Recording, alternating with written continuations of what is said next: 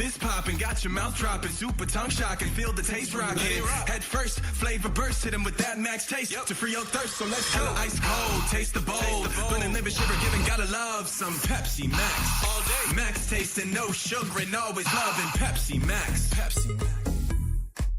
Go all in and taste the bold with Pepsi Max. Pepsi Max, maximum taste, no sugar. Blog Talk Radio. Ladies and gentlemen, damas y caballeros, leave it in the ring.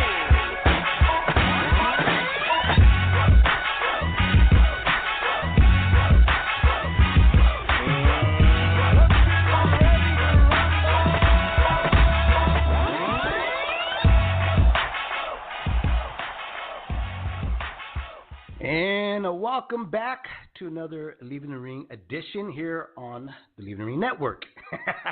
I'm your host, Dave Duenas, with my co-host, Gabriel Montoya. I'm still waking up, man, so I apologize. I had a brain fart there for a moment. I was like, where am I at? And what am I doing in my office at 10 a.m. in the morning? That's how hard Deontay Wilder hits. You're still screwed up. Yeah, bro. It's a ripple. It's a ripple effect of how hard Deontay Wilder clobbers you with a straight right hand. Well, we got a lot of stuff here to talk about on Leaving the Ring. Obviously, we're going to talk about this past week in fights. We're going to talk about the fights that we didn't get to have a chance to talk about because we weren't on live last week. We had some things that we had to take care of, so we couldn't get on. But here we are. I couldn't get on yesterday as well, so we decided let's do another 10 a.m. Show. So we'll catch up with everything of this past week, and then we'll go, with the Williams and Hurd fight. We'll talk a little about that. And then we're going to probably touch a little bit on some of the Leaving the Ring emails that we get, questions or statements. I don't know why we never did this before, Gabriel, why we never actually answered anybody here on the air. I thought it'd be a little fun because some questions are very interesting. People don't yell at us the way that they used to on email. I don't know. So, yeah, we don't have that now. To a certain point. Anyways, hey, Deontay Wilder gets Brazil. Bad blood, first off, between the two. Not really was sure why they didn't like each other. There was a scuffle between them at a hotel after a Deontay Wilder fight. A fight broke out. It was on TMZ, etc. I mean, there was some genuine hate between each other. Deontay Wilder stirred the pot by saying he wants a body bag on his record, that he was looking to kill Brazil, and it almost looked like he almost did it the way he landed that right hand. But let's break it down. Let's talk a little bit about both guys, because right after the fight, I got to tell you this. I had tweeted out, Gabriel, that Dominic Brazil, in my opinion, was going to take Wilder to the distance and possibly to the scorecards. The reason was because Brazil is not that bad of a fighter that most folks were kind of like labeling him, But when you knock out a guy, there's no argument there. And the reason my thought was because of her, of Washington. Washington is also an ex-football player, goes in there, had a good jab, kind of kept Deontay on the outside. Deontay had to pick and choose his moments to get in close and swing for the fences. So I was thinking, well, Dominic Brazil has kind of been proven. He's been through the fire. He's been dropped. He's been hurt. He's got back up, recuperated, and he's got himself back in the fight. The only thing, my criticism of Brazil was that, if anything, he hadn't learned how to move his head. And obviously, on Saturday night, we definitely saw that. With Deontay Wilder, I've always called him the Bambi of the heavyweights. His legs are never underneath him. He falls off balance. But here's the thing. What I saw Saturday night is a far more improved Deontay Wilder. I mean, his timing was way better than when I've seen it. It almost seems like he learned a lot from the Fury fight. Now, he's still falling in his punches, but it's because of, this guy really commits to his to his punches, and that he's throwing with everything, every little bit of himself into the punch, that the gravity just pulls him and he falls forward. But when he lands that big right with Dominic, it was in the inside, which I've never seen him do. I have never seen him throw an inside punch like that. And he kind of knew that Dominic wasn't going to move his head, and Dominic was walking towards him. And I just thought it was a beautiful timing right hand that lands right on the crack of his jaw. You heard the thump from it, and Brazil gets dropped. And for a brief moment, Gabriel, I was like, please don't tell me this is going to be another Fury where this guy's just going to, come back like the Undertaker and get back up. But he didn't. This time for sure, Wilder made sure the guy stayed down. Now, Brazil did get up, but, man, he was not coherent. He wasn't there. He actually was the Bambi of the heavyweights for that moment. Yeah, he crashing into the ropes. I mean, I think that Wilder would have done some cleanup duty. And the thing was, it was a short fight, but, it was like we got to see all of, what makes Deontay Wilder arguably the most exciting fighter in boxing. He's vulnerable. He rocked Brazil early and even tested things out with a body shot, which, he's usually a headhunter. Right. But he went down, threw that left hook to the body real nice. And I think he just was seeing all the things he'd probably seen on tape. This guy doesn't move his head. He's not very elusive. That's not his game. He wants to get into a fight. Teddy Atlas pointed it out on Twitter, which, I'm enjoying Teddy on Twitter more than on TV. Just as I kind of like him in print because the stuff he says is smart, but, without kind of repeating it a million times. Like, dude, we get it. We heard you the first time. But what Teddy said was, that Brazil, the problem with guys that come to the sport late, and, Brazil being one of those guys, but you could also say this a little bit about Deontay Wilder, although he's improving. I'll get to that in a minute. But that the defense doesn't really develop. You can put offense on a guy. That's pretty easy to teach somebody how to throw a punch and get them to do it. Maybe it's not so easy, but the defense and learning all the different aspects. So people think of defense, they think of blocking, but it's also ducking. I just have to take a shot and just roll a bit so it doesn't really hurt you. Canelo is something of a master at that, it seems these days. He just knows how to roll with a shot, even when it looks like it's flush.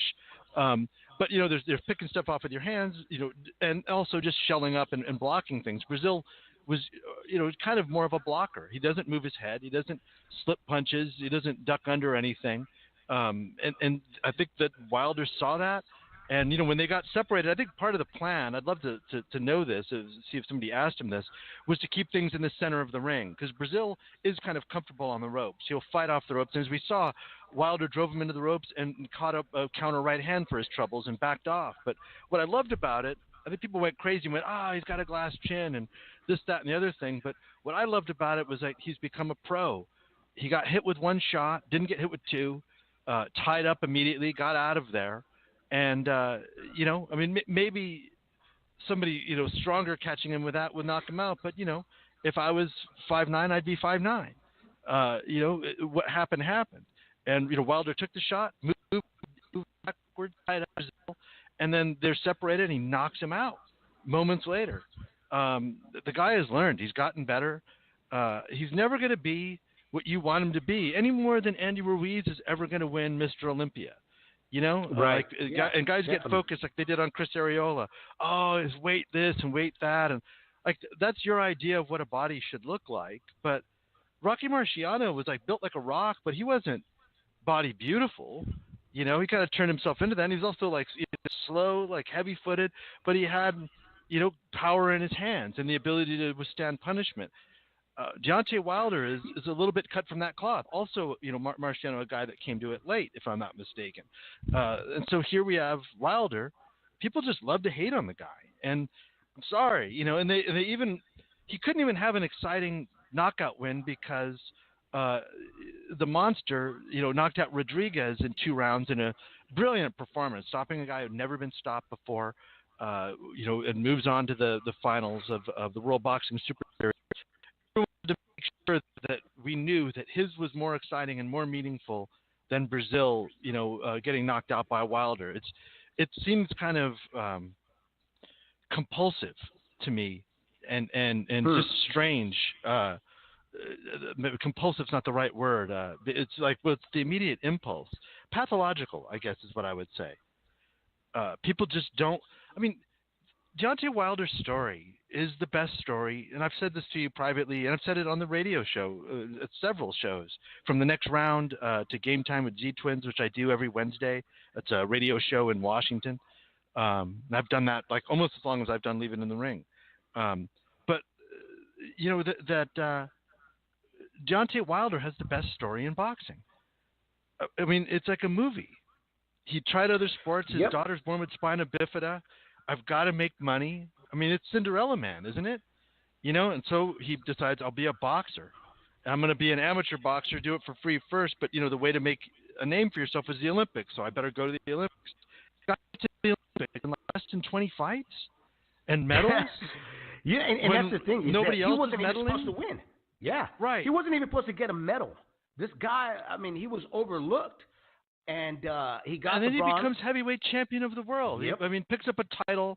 He's no different than a Triple G in that, you know, he didn't get the lineal title, but he picked up a title in a division, and he's had to make the belt, you know, rather than the belt making him. You know, there's different routes to being a champion, and he's now, I think, tied for like 6th all time or something like that in terms of defenses, with I believe Lennox Lewis. So, you know, give him the guy his due. He's also fought Fury and Ortiz, and whether you felt he beat Fury or not, he sure knocked him down pretty hard. He sure did. And put his stamp on the fight. Enough that Fury went to a completely different network, signed with a different promoter, went a completely different route with his career rather than do a lucrative rematch. So, the argument that gets me when I see this on social media is, you know, the thing, though, is that, that Deontay Wilder fights in a weak heavyweight division. He wouldn't be able to do this to the guys in the 80s and 90s. And I'm like, well, I'm not sure about that. He's 6'7". He's got a massive right hand. You know, the thing that I think that we need to focus on is that he's never going to be a perfect fighter. He is who he is, okay? Does he fall into his punches? Absolutely. But you know what he does great? There's 2 things that he does great. He believes in his power, and he's not afraid to get in a firefight. He doesn't mind that. Right. That's actually his forte. He doesn't mind trying to find out whether or not he could take a hit so he can land his hit. More than anybody else in the game that's big in their division, he understands that he's big in his division, and he's got a powerful right hand. He's like, can't wait to use both, you know? Yeah, he's not learning how Michael to use Grant. his size. He's no Michael Grant, you know, where Michael was not he wasn't confident in himself. He didn't even understand his own body. He didn't understand his own power. He still was questioning whether or not he should be in front of the heavyweight champion of the world at the time, Lennox Lewis. Whereas Dante is like, hey, I am the heavyweight champion of the world. And that's what you kind of need. You need that Dude, little extra. Yeah, you need that little Emmanuel extra. Stewart was yelling at Lennox Lewis as deep into their career as the Mike Tyson fight to be more freaking aggressive. He always talked about he's a chess player. I don't want a chess player. I want a 6'5" monster. And that's what Deontay Wilder is. You know, and all the other stuff is coming. I kind of, further with his story, the way he fights is exactly his story. He's a regular dude in extraordinary circumstances. Look up what spina bifida is, and imagine being someone with no money having to care for that person. Right. And it's your child, so you're going to do anything for them. I don't have children, but, I know people with them. I'm an uncle, and I understand on some level what that must be like. And you become heavyweight champion of the world? That's it's really something. So what do you think about the body stuff?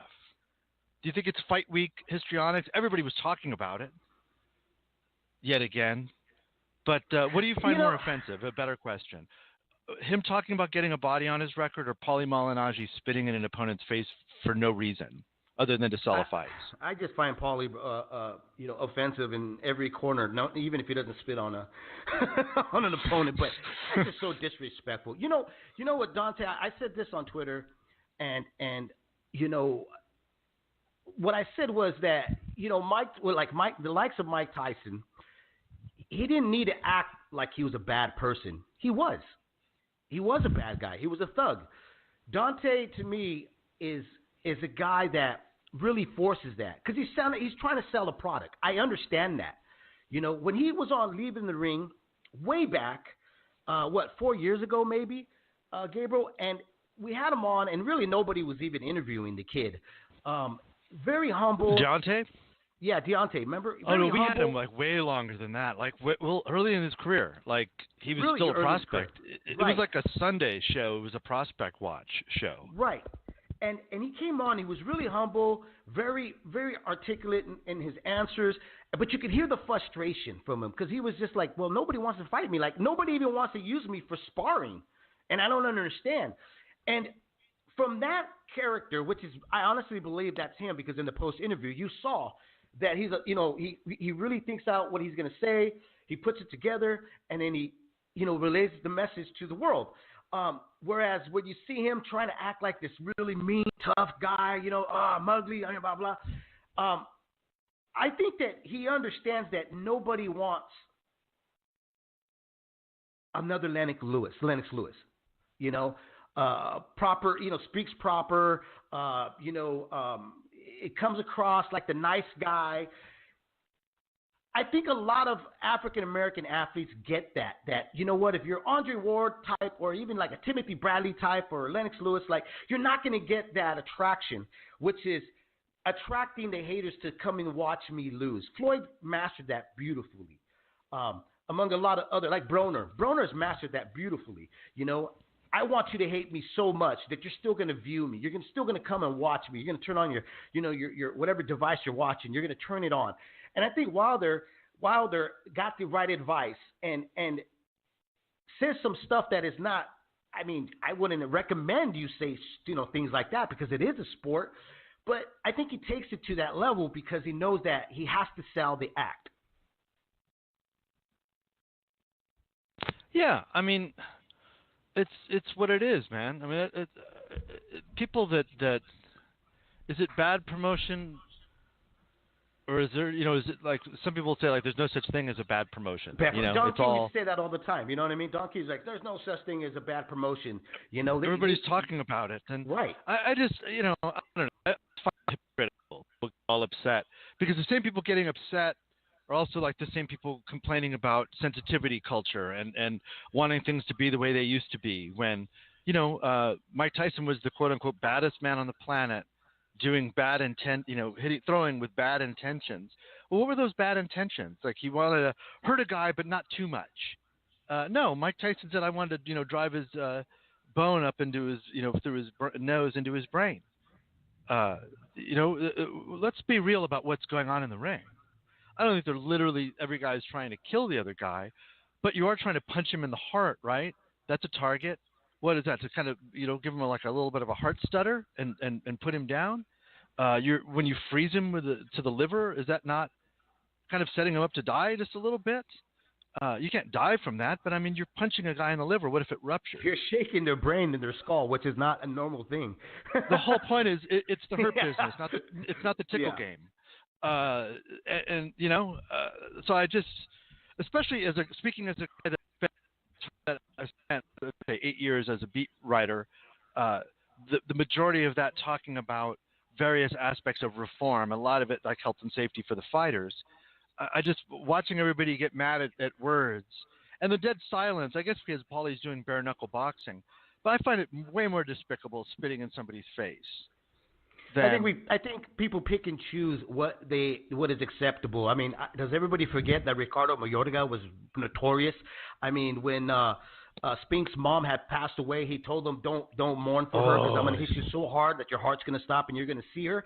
I mean, I don't remember anybody being horrified about that. I was pretty horrified. If anything, but everybody was like, oh, that's Mayorga. Oh, that's just the way he is. I mean. So I think we pick and choose. Because I've been in the sport for so long, and I try to analyze things a little different so that we can have more of a we can more or less kind of break it down here on the show. I look at things that our sport has always had to have a fighter's always had to learn how to self-promote themselves along with the promoter. Promoter can't do everything. But Deontay Wilder, I've said this, does he really need the gimmick? Absolutely not. Because when you're creating KOs like that, the truth is everybody's going to tune in to watch it. That's what lacked with Lennox Lewis. He wasn't creating sensational KOs unless he really did have a vendetta with you, like with Hasim Rahman. He really wanted to hurt the guy because he dropped him, and Hasim went off and called him a bunch of names, and it got underneath the skin of Lennox. But imagine if he did that every time out. It would have been a different liking to Lennox Lewis. Now we respect him. Fans love him. But at the time when he was reigning, fans didn't want to see him around. Deontay Wilder's KO speaks volumes. Volumes.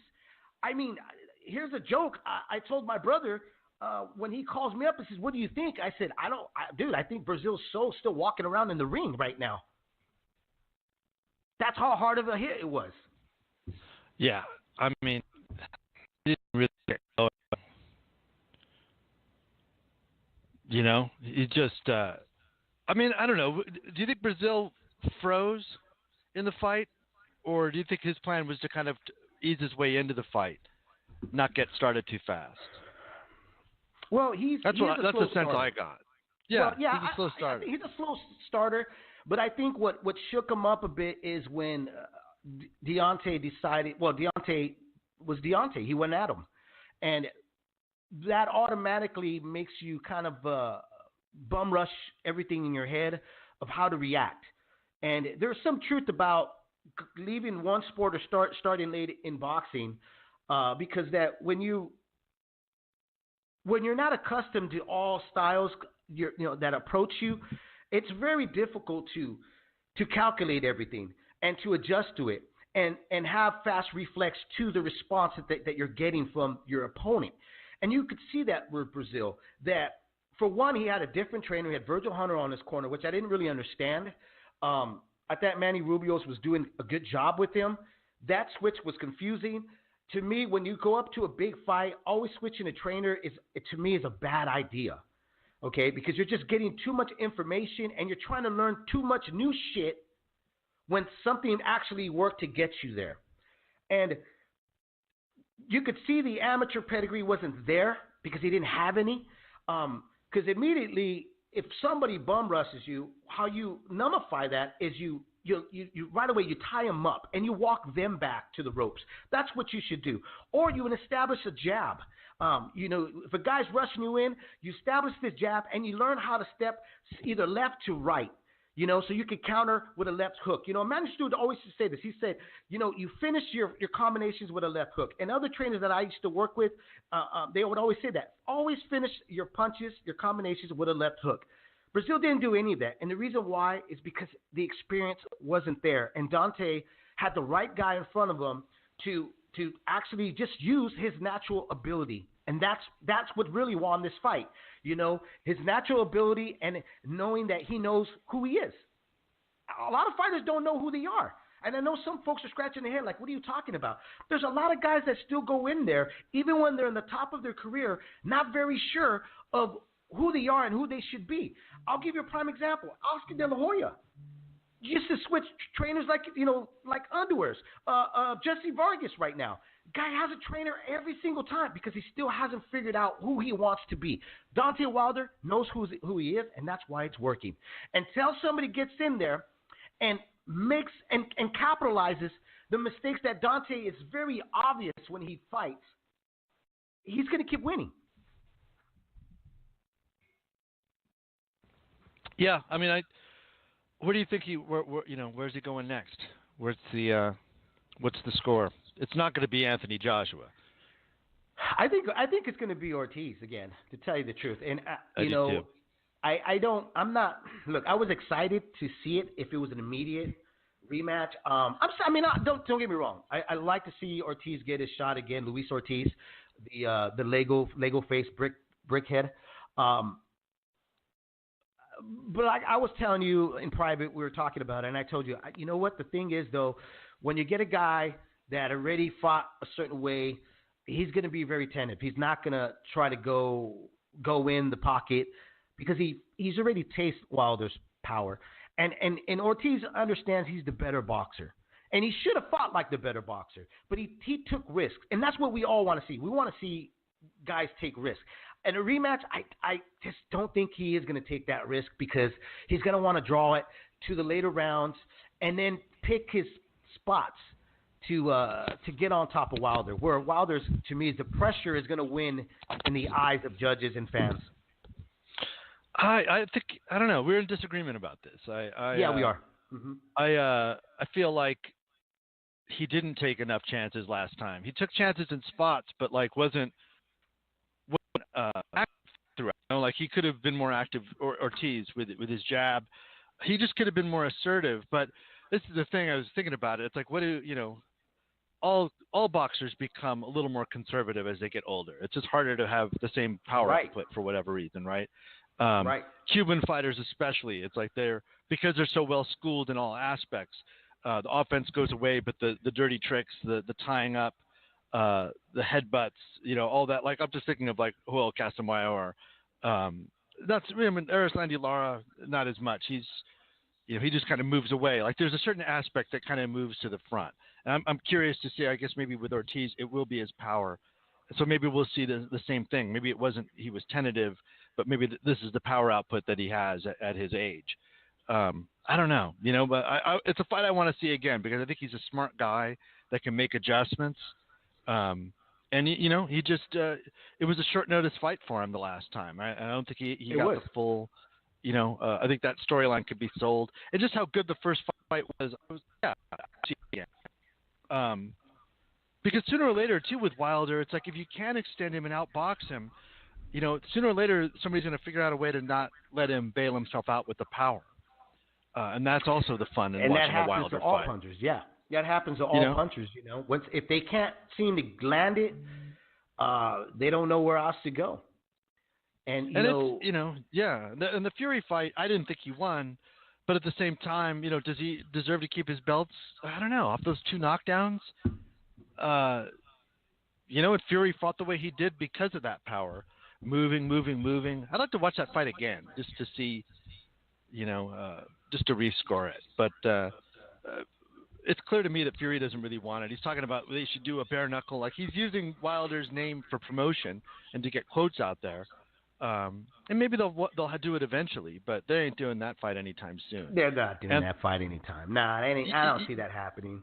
You just know when Shelley Finkel throws out, you know, these are the fights that are our priority. Anthony Joshua, Tyson Fury, Luis Ortiz. You know, he's getting Luis Ortiz. That's probably going to be it.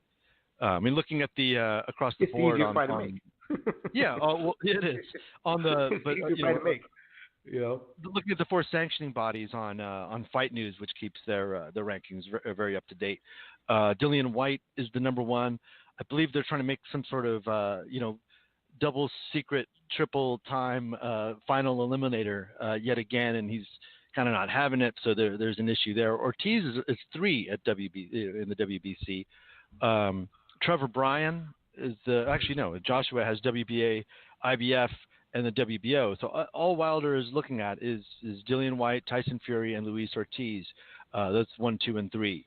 And here's the thing with Anthony Joshua. You know, he's going to have his hands full with Andy Ruiz. But if he gets past Andy Ruiz, which he's the favorite to win that one, guys, don't be surprised that if Miller is back in the mix because he's on a 6-month suspension. And there's a story that Hearn and Joshua could sell still. That, you know what, we're going to punish this guy for testing and for being dirty. That's why we're going to fight him next. You know, so I look at AJ's schedule being booked until they can no longer, withstand staying away from Wilder. Because he's also got Kubrat Pulev sitting there, and he too has Dillian White, the WBO. Mandatory. Usyk is out there too, who's was going to make his pro debut, but that was canceled because of an injury. So I mean, Usyk's number 2 in the WBA, which is okay.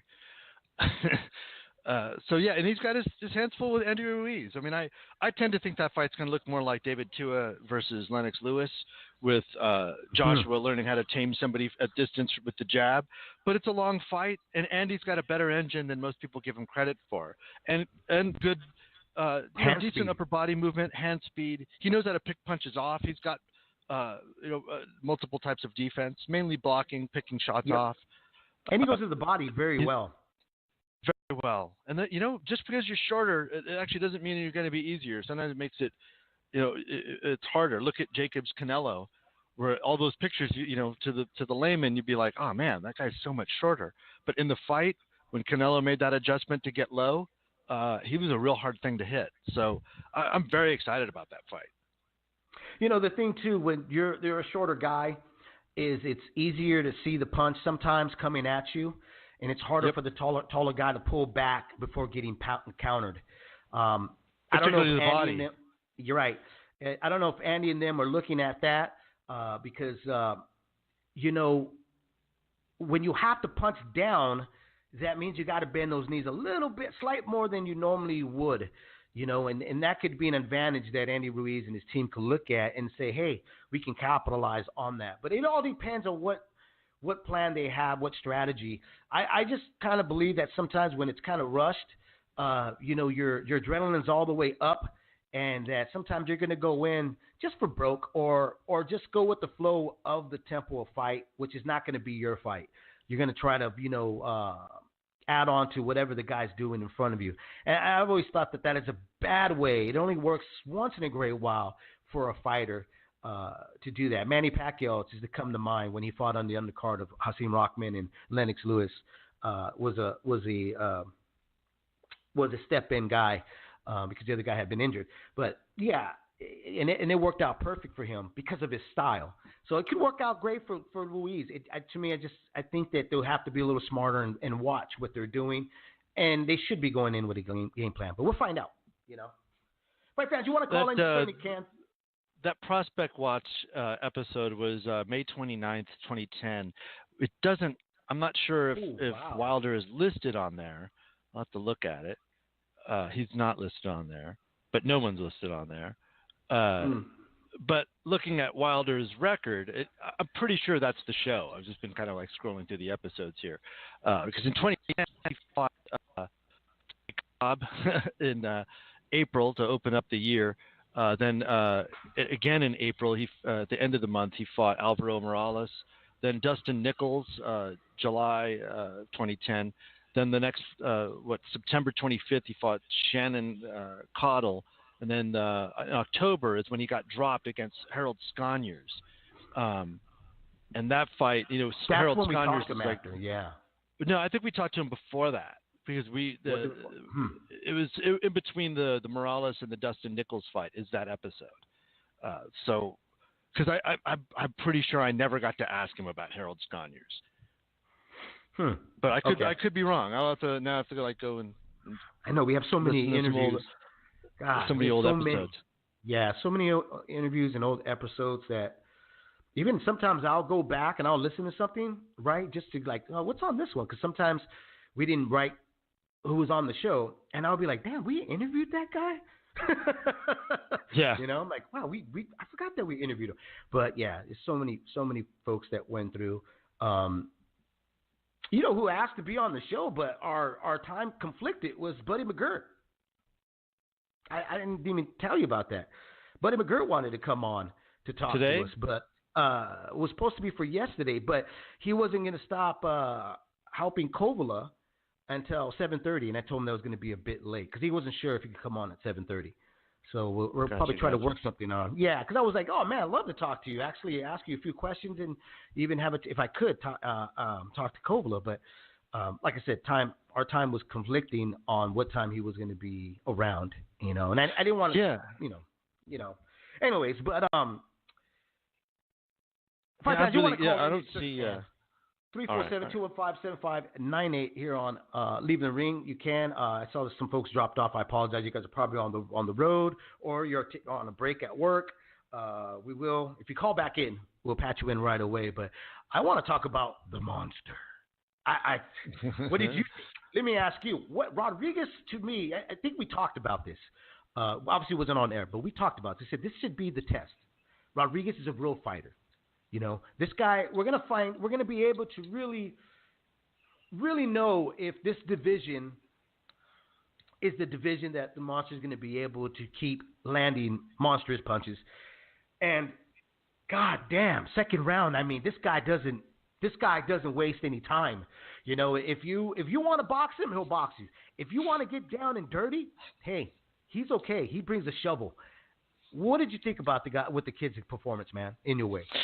You know, I watched the fight twice, and the first time, you know, I was watching on my phone backstage in the break between. I had like 2 shows on Saturdays. It was nice to, in the lead up actually to the first show, I got to watch this guy, and I love a quick fight. And it looked like he was getting hit more than he wanted to, and looked a little unsettled. But then when I rewatched it, I was like, no, this is exactly the kind of fight that the Monster likes. Inoue, dude, this guy might be the complete fighter in that he's got boxing acumen, great defense, super quick, agile, smart ring IQ, killer instinct, and the power to execute all that. And just get you out of there in moments. And he tasted the power. He ate some hard shots from Rodriguez, who was, very game, but super strong dude, never been stopped before. He was undefeated coming into the fight, 19-0. The Monster was having none of it in the second round and just destroyed him. Unbelievable. And then he did it to the head and body. He got it all going with a left hook on the inside, just flush, seemed to bust or at least bloody the nose of Emmanuel Rodriguez. And then when the guy gets up, he double fists him to the body. He gets that liver shot in, and it was over from there. It was just mop-up duty. Ref, did you think it was a merciful stoppage? No, I did not.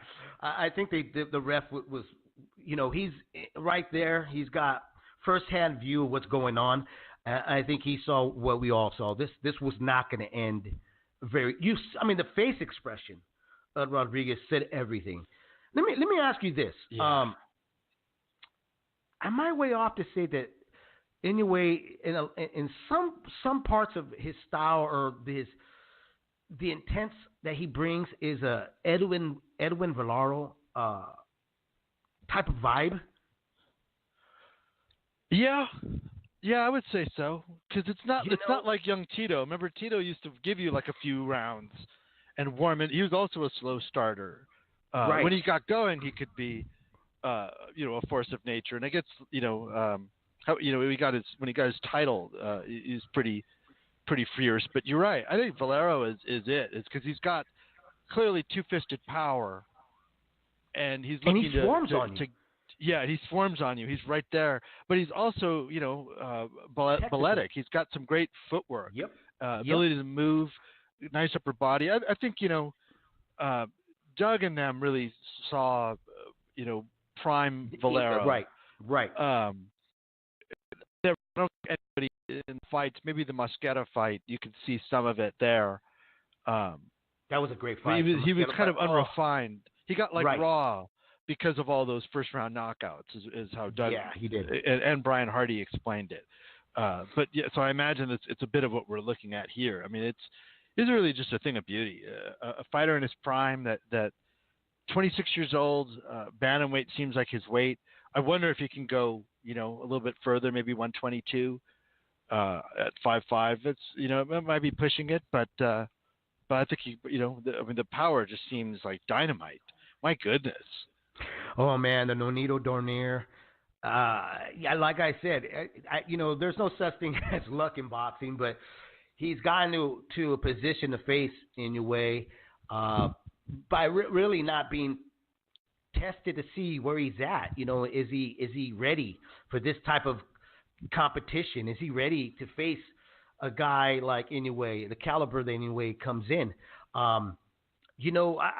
The one thing about Nonito, I think that nobody can argue about, is that he is a game fighter. He's smart. I think that went out the door for him when he moved up in weight, because the weight, he couldn't do much to the bigger guys. They were able to take his punch and then walk him down and land their big shots. Whereas I think this is the way he should have always stayed, the bantamweight. I think it's very interesting. I think we're going to find out more about Nonito because the fact is, like, I don't know enough anymore to see whether or not the wear and tear is really there because, you know, I don't know. I don't know if I'm on the fence on this one. I know everybody's excited about it, but I think it could go both ways. It could be a blowout again, or it could be like, okay, Nonito finally is back in the division he's supposed to be. His body, this is where his body's supposed to be. This is where he's the strongest at. This is where he can outthink the guy, and we're going to see the Flash once again. I just got to tell you this, though, Gabriel. I think it spells disaster for him if he decides to say, hey, you want to fight? Let's fight, and let's trade some big bombs because I can hit hard too. I don't think he should do that. I think he should fight the way he did against what's his name? Oh my God, I just had him in my head right now. Darchinyan, Vic Darchinyan. I think that's the game plan that he should come in against Inoue, the monster. That's the way he should look at this fight, you know. But man, that's going to be a special night. That's all I get. I can't wait. I mean, like, boxing's all in the timing, you know. In the ring and out, and Donaire, people could say, like, you know, you call it what it is. It is luck, you know. He got through unscathed. It's just the way it went, and his body held up. It's all a part of it. Now he's got to get through another training camp. They both do, without any injuries, and we'll see what happens.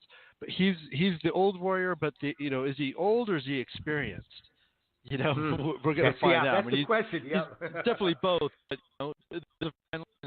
you know, I think you're right. I think he'd be smart to dispense with his power when he needs to, but not be out there trying to match this young kid. Because, you know, this fight is that classic matchup. The aging ex-champion, now a champion again, with one last run at glory, and you know, versus the kid that every fighter fears, that guy that's younger, faster, stronger, and just relentless and never gets tired, you know? He's in Barrera's position, if you remember. When Barrera got in with Manny Pacquiao, after that fight, Barrera said, I felt like I was fighting the younger me. You know, a guy that just doesn't stop swinging, comes forward. And I think that's where Nonito's at this moment. I think, if anything, Nonito's going to have to pull out the tricks of a jab. That's what, to me, is going to hold off Inoue from having those you know, bursts of having him come forward and throw haymakers from all angles. Rodriguez couldn't do it. You know, Rodriguez, you know, here's the thing. Rodriguez went in there. My frame is, I'm undefeated. I'm still young. I'm fresh. I'm supposed to be the bigger guy because I've been in this division a little longer, and didn't do his homework. There's a certain arrogance that fighters sometimes walk into the ring when they are undefeated. You know, they believe, well, I'm indestructible. What is this guy going to bring to the table? And look what happened. Rodriguez was able to drill him with some right hands, you know, and kind of back him up a little bit. And, you know, it was good for him. But what's amazing is that he's able to shift into a gear and kind of stay within that firefight range and stay at that high pace. He was the puncher here. You know, Rodriguez was a strong hitter, but 12 knockouts. If you really looked, he hadn't had a stoppage win since 2017. Right. So I think that also probably factors into the ref's decision. He's like, this guy isn't going to come back by knockout. You know, the thing, too, he was overwhelmed because he didn't know how to establish his distance. You know? No. He landed some shots and it was ground. the worst thing for him because he thought, Exactly. I'm just going to, you know, come after this guy and get him out of there. Yeah, you're coming to me, perfect, because I want to land on you. Rather than thinking it all the way through and saying, hey, I need to establish, I need to have my distance, I need the things that work good for me. And I think that's where Nonito and his team need to go back and go, okay, what has made the monster successful? Well, standing there, you know, not give him anything to think about. And sometimes the simplest punch, which is a jab, is the punch that makes the faster, aggressive guy think. Winky Wright versus Tito Trinidad dominated him with a jab. Didn't even seem like they were really in the fight. He dominated him just with the jab. It's the only boring Trinidad fight. Yeah. Vernon Forrest versus Sugar Shane Mosley dominated him with a jab.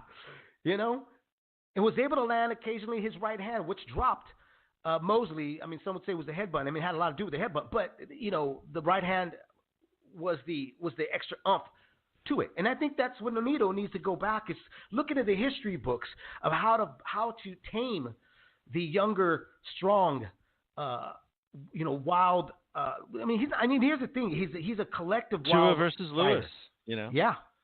I think it's important that Donaire doesn't come in with really high hair like Tito and Tua did. I think, but if you look at those two fights, I think that's a key. I think they got overheated. I think things went wrong when they had the troll pencil hairdo. 510, you want to go to a caller? Yeah, let's go to a caller really quick. All right, then. 510, you're on Leave It in the Ring, live even. Oh, hey, Gabe. Hey, Dave. Fernando here in San Francisco today. How you guys doing? What's Good, up, man? Fernando. How you doing, brother? Good, man. Just enjoying the rain, man. You're getting so home early Blame it today, on the rain, Fernando. Blame it on the rain. I only got half a day today, man, because of the rain, man. That's all good. Just go home, watch some TV. Watch some Judy. Love Judge Judy, bro. I love Judge Judy. Oh, my God. You and Harbaugh, man.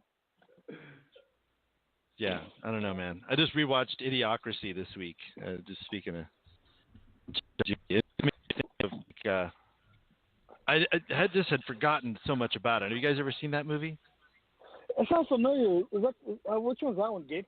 It's by the guy that did Beavis and Butthead. Mike Judge, King of the Hill, his other one. Yeah, Office Space. Yeah. And it's about There's no dragons in it. No dragons. No superheroes. No dragons. I haven't seen it then.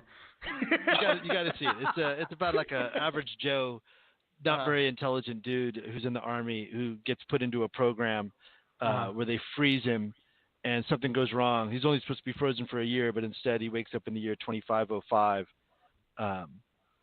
and everybody's really dumb. Oh, wow. It's just really weird. Like it becomes the smartest man in the world. It's actually, if you watch it, I don't know. Tell me afterwards what you think about it. Okay. I had some weird thoughts. But anyways, I digress. Fernando, what's on your mind, boxing-wise? They could have hit that movie in 2019. They didn't have to go so far. But, right?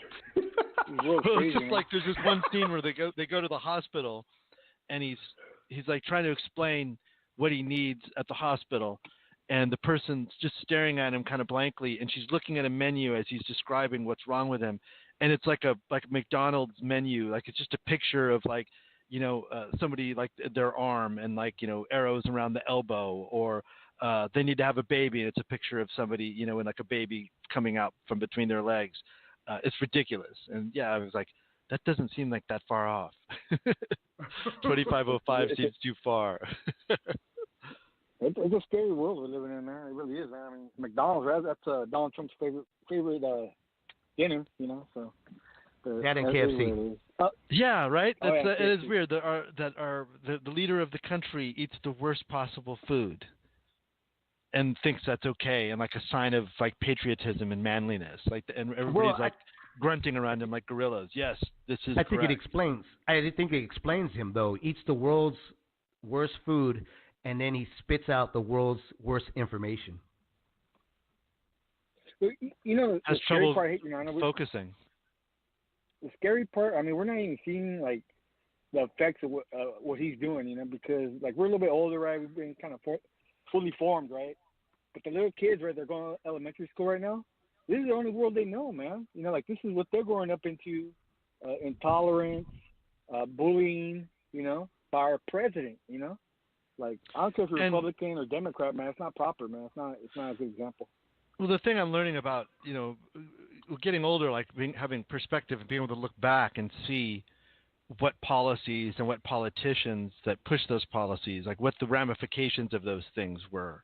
Like Bill Clinton's crime bill is a big one, and you can look back and see the private prison industry grew exponentially under that bill. It was pushed by Joe Biden and others, and that the prison population grew exponentially. We know, the United States jails more of its citizens per capita than any other nation. There's like 2 million people in prison, and the majority of them are black and brown people.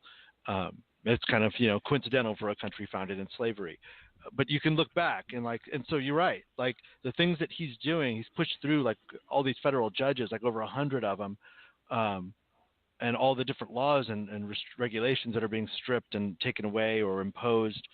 We won't know what the effects of those are, even after we get him out of office, if he ever comes out of office.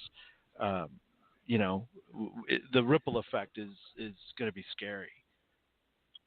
But yeah. Well, I read somewhere, like our world is changing in a way that we don't comprehend, right? Because before the world was kind of like revolved around labor, right? But now capital is what's really running the world, right? The people with the money are making all the money, and then they're hiding the money, and they're putting it other places. Exactly. And not feeding the countries that they're making the money in. Yeah, they've demonized unions, right? The working man, they've demonized them. They've demonized immigrant labor. They've demonized, they've had us at the bottom, right, fighting amongst each other, right, with racism and finger pointing, right, demonizing of the immigrants and of unions, of working people, right? And but even getting us to argue with each other about that and say, well, that's socialism if you're fighting for workers' rights, when it's really just fighting for workers' rights. Right. I make a good living, right? I'm in a union and I make a good living, right? But I struggle, man. It's a struggle. Like I can't afford to buy a house. I used to have a house. I lost it in 2008. I won't be able to afford to buy a house here in the Bay Area ever again. I just won't. No, I just won't be able to afford it. Out there. Yeah, it's ridiculous out there, dude. Yeah. Yep. No matter how hard $800,000 plus, and that's in the east side of San Jose, or in Hayward or something like that, at a very poor area. I mean, that's just crazy. I don't get it. I don't even understand how it got so high so fast and so quick. And the thing about San Francisco is that it's a big city, but it feels like a small town. It's all pressed together, right? Especially on this side. Like the Bay Area is expansive, but like San Francisco is, not that you could run across it fairly easily. And you just the amount of poverty that you see, people living just tents on the street. I'm usually out and about pretty early. And just seeing the city, seeing it at night and seeing it during the day, it used to be very different. Like the homeless would come out more, or the street folks would come out more. But now it's just like kind of 24/7. It's pretty crazy, man. Stark. It's really stark. Yeah, you see it all the time. And it's just one of the richest areas in the world, and people are so dirt poor too. Struggling. And even the working people, man. Like I'm a working person, right? I struggle, man. I struggle to pay my rent. I struggle to get ahead. There always seems to be some kind of bills coming up, And I make good money. I feel bad for people that are working like at a minimum wage job. I have no idea how they do it. I don't know how they survive, man. I don't. I still have a lot of family in the Bay, and I have a friend that he's renting his garage, and he's renting it for, if I remember correctly, it was like $25,000 or $3,000 a month, and this is a garage. And I was like, "Oh, do you have a kitchen and a bathroom?" He's like, "Nah, nothing." But that's what I'm renting it for. That's because that's the only way he would be able to pay his mortgage, which is like $3,800. And I'm just like, that's crazy. That's crazy that somebody would pay that amount to live in a garage. Yeah, I don't understand how people are doing it doing it there. And you're hearing all these people like, oh, immigrants are, they're filling up houses. No, it's not. It's not just that. It's everybody. Everybody's struggling. Well, and dudes just kind of like screwing an area. Like my wife and I were having dinner one night out in the Dog Patch area, which is kind of rapidly gentrifying here, as most of San Francisco is. But the guy on a date next to us at the table, who wouldn't shut up, was talking about how him and his buddy have basically like an Airbnb business where they buy up a bunch of places in the city and then they Airbnb them, which is like kills the local economy because they're empty most of the time. So that's a bunch of units that are getting bought up at a ridiculous price. So it's jacking up the prices, but at the same time, they don't have people like contributing to the local economy, not going to local stores or restaurants. Like maybe when they Airbnb, but essentially you're just denying other people housing in order to enrich yourself. You're killing communities. Yeah. That's what basically what it comes down to. You're killing you're killing communities. I mean, even over here in the Valley, I speak to, because I'm out there, just like you now. I'm a working man. I'm a blue collar guy. I've always been. I've always worked with my hands since I was young. Talking to guys that normally, if you're back in the 90s, back in 92 to 98, let's say, making 800 to 1,000 a week, that was good money. You were able to afford a home, go on vacation, have a nice car. That was great money.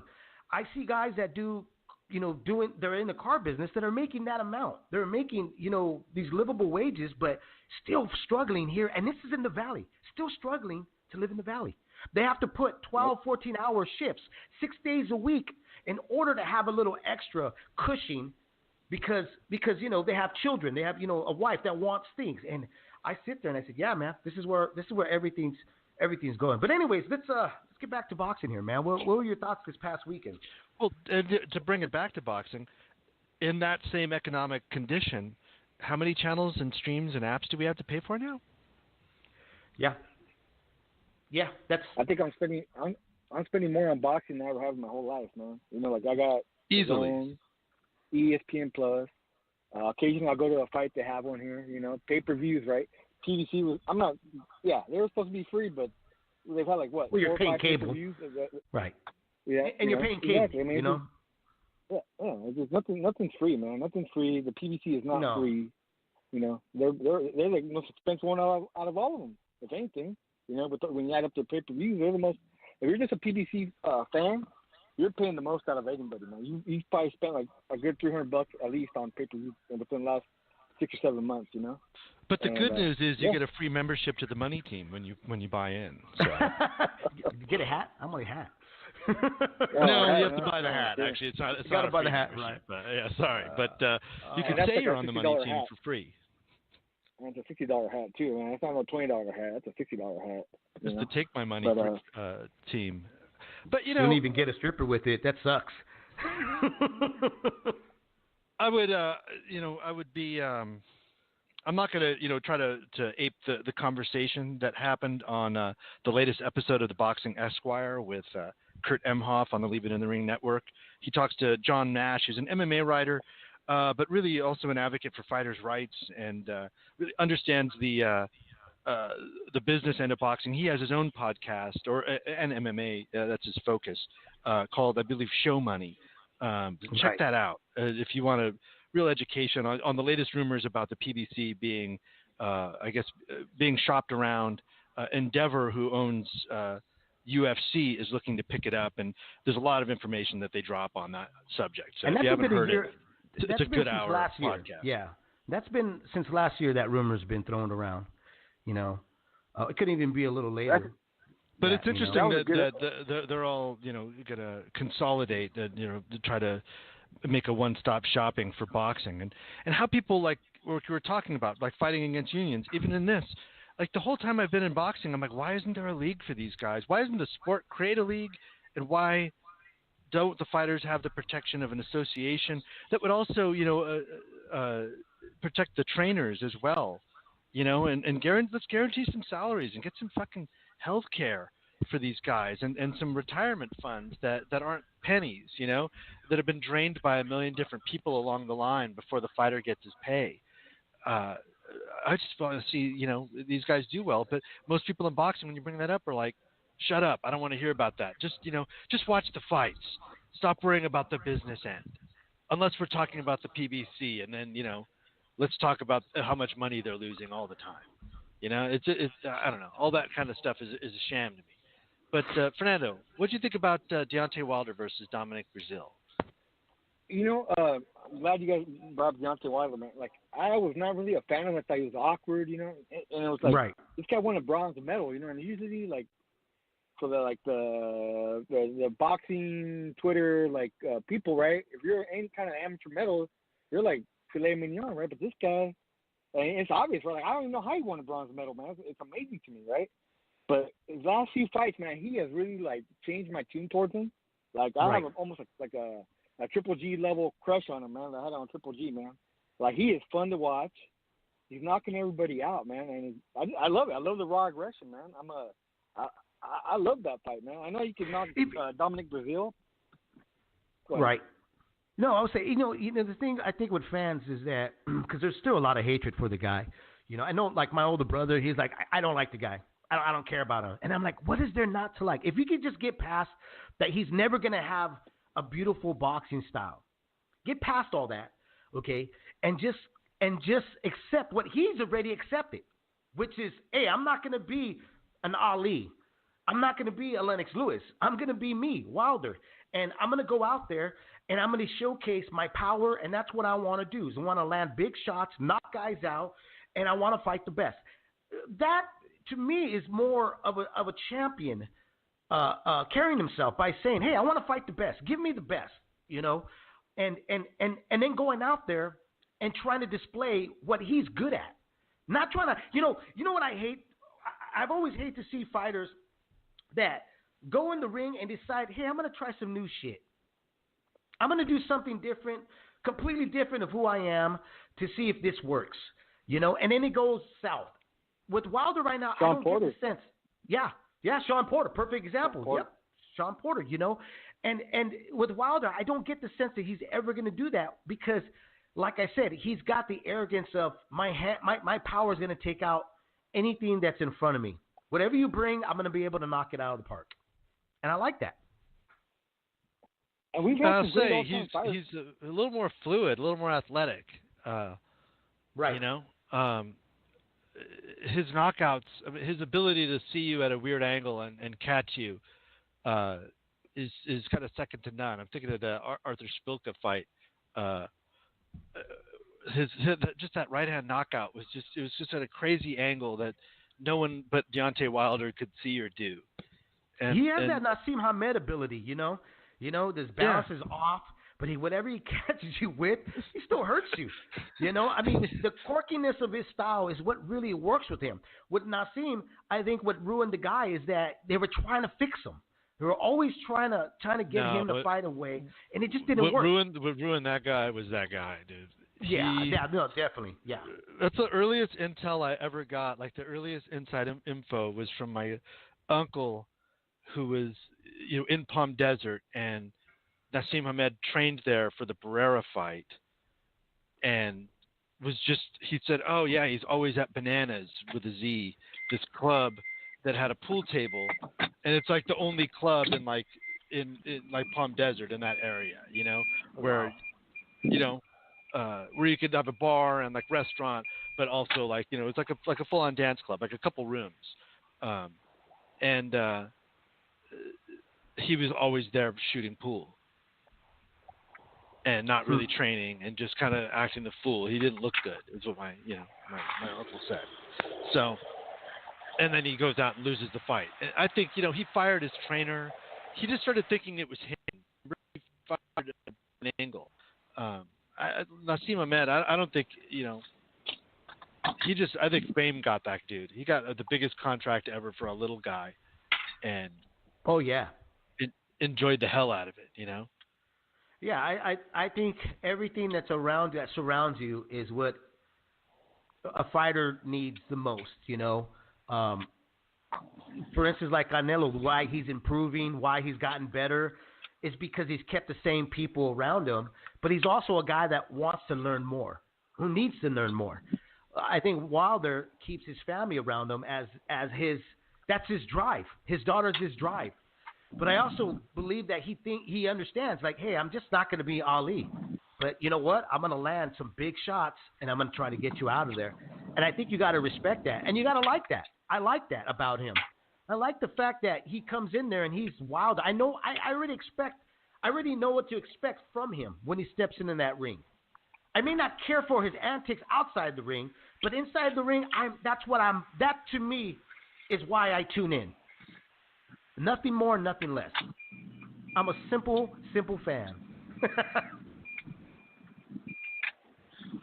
I don't know if you read this week's. I thought it was one of the best articles I'd read all week in terms of boxing.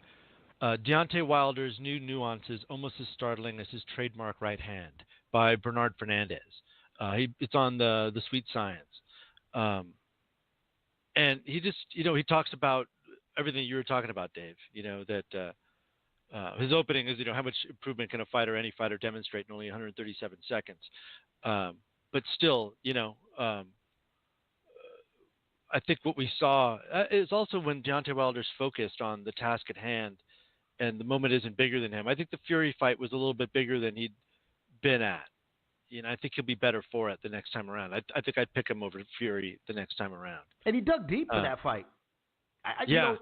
When I hear, when I hear the criticism that Brazil is a football guy, he's not a very good fighter, he blew him out, that's why he knocked him out quick. But then you don't want to give him the credit with Fury, because here, think about this. Fury came out possessed, came out, boxed beautiful, had good head movement, upper body movement, was able to keep his distance. But it was Wilder that dug deep. It was Wilder that said, I'm not giving up. I'm going to land something big on this guy. And then when he did, he dropped Fury, and then he did it again. So what I see of the kid is he is improving to a point, but I think the drive is what gets him those KOs.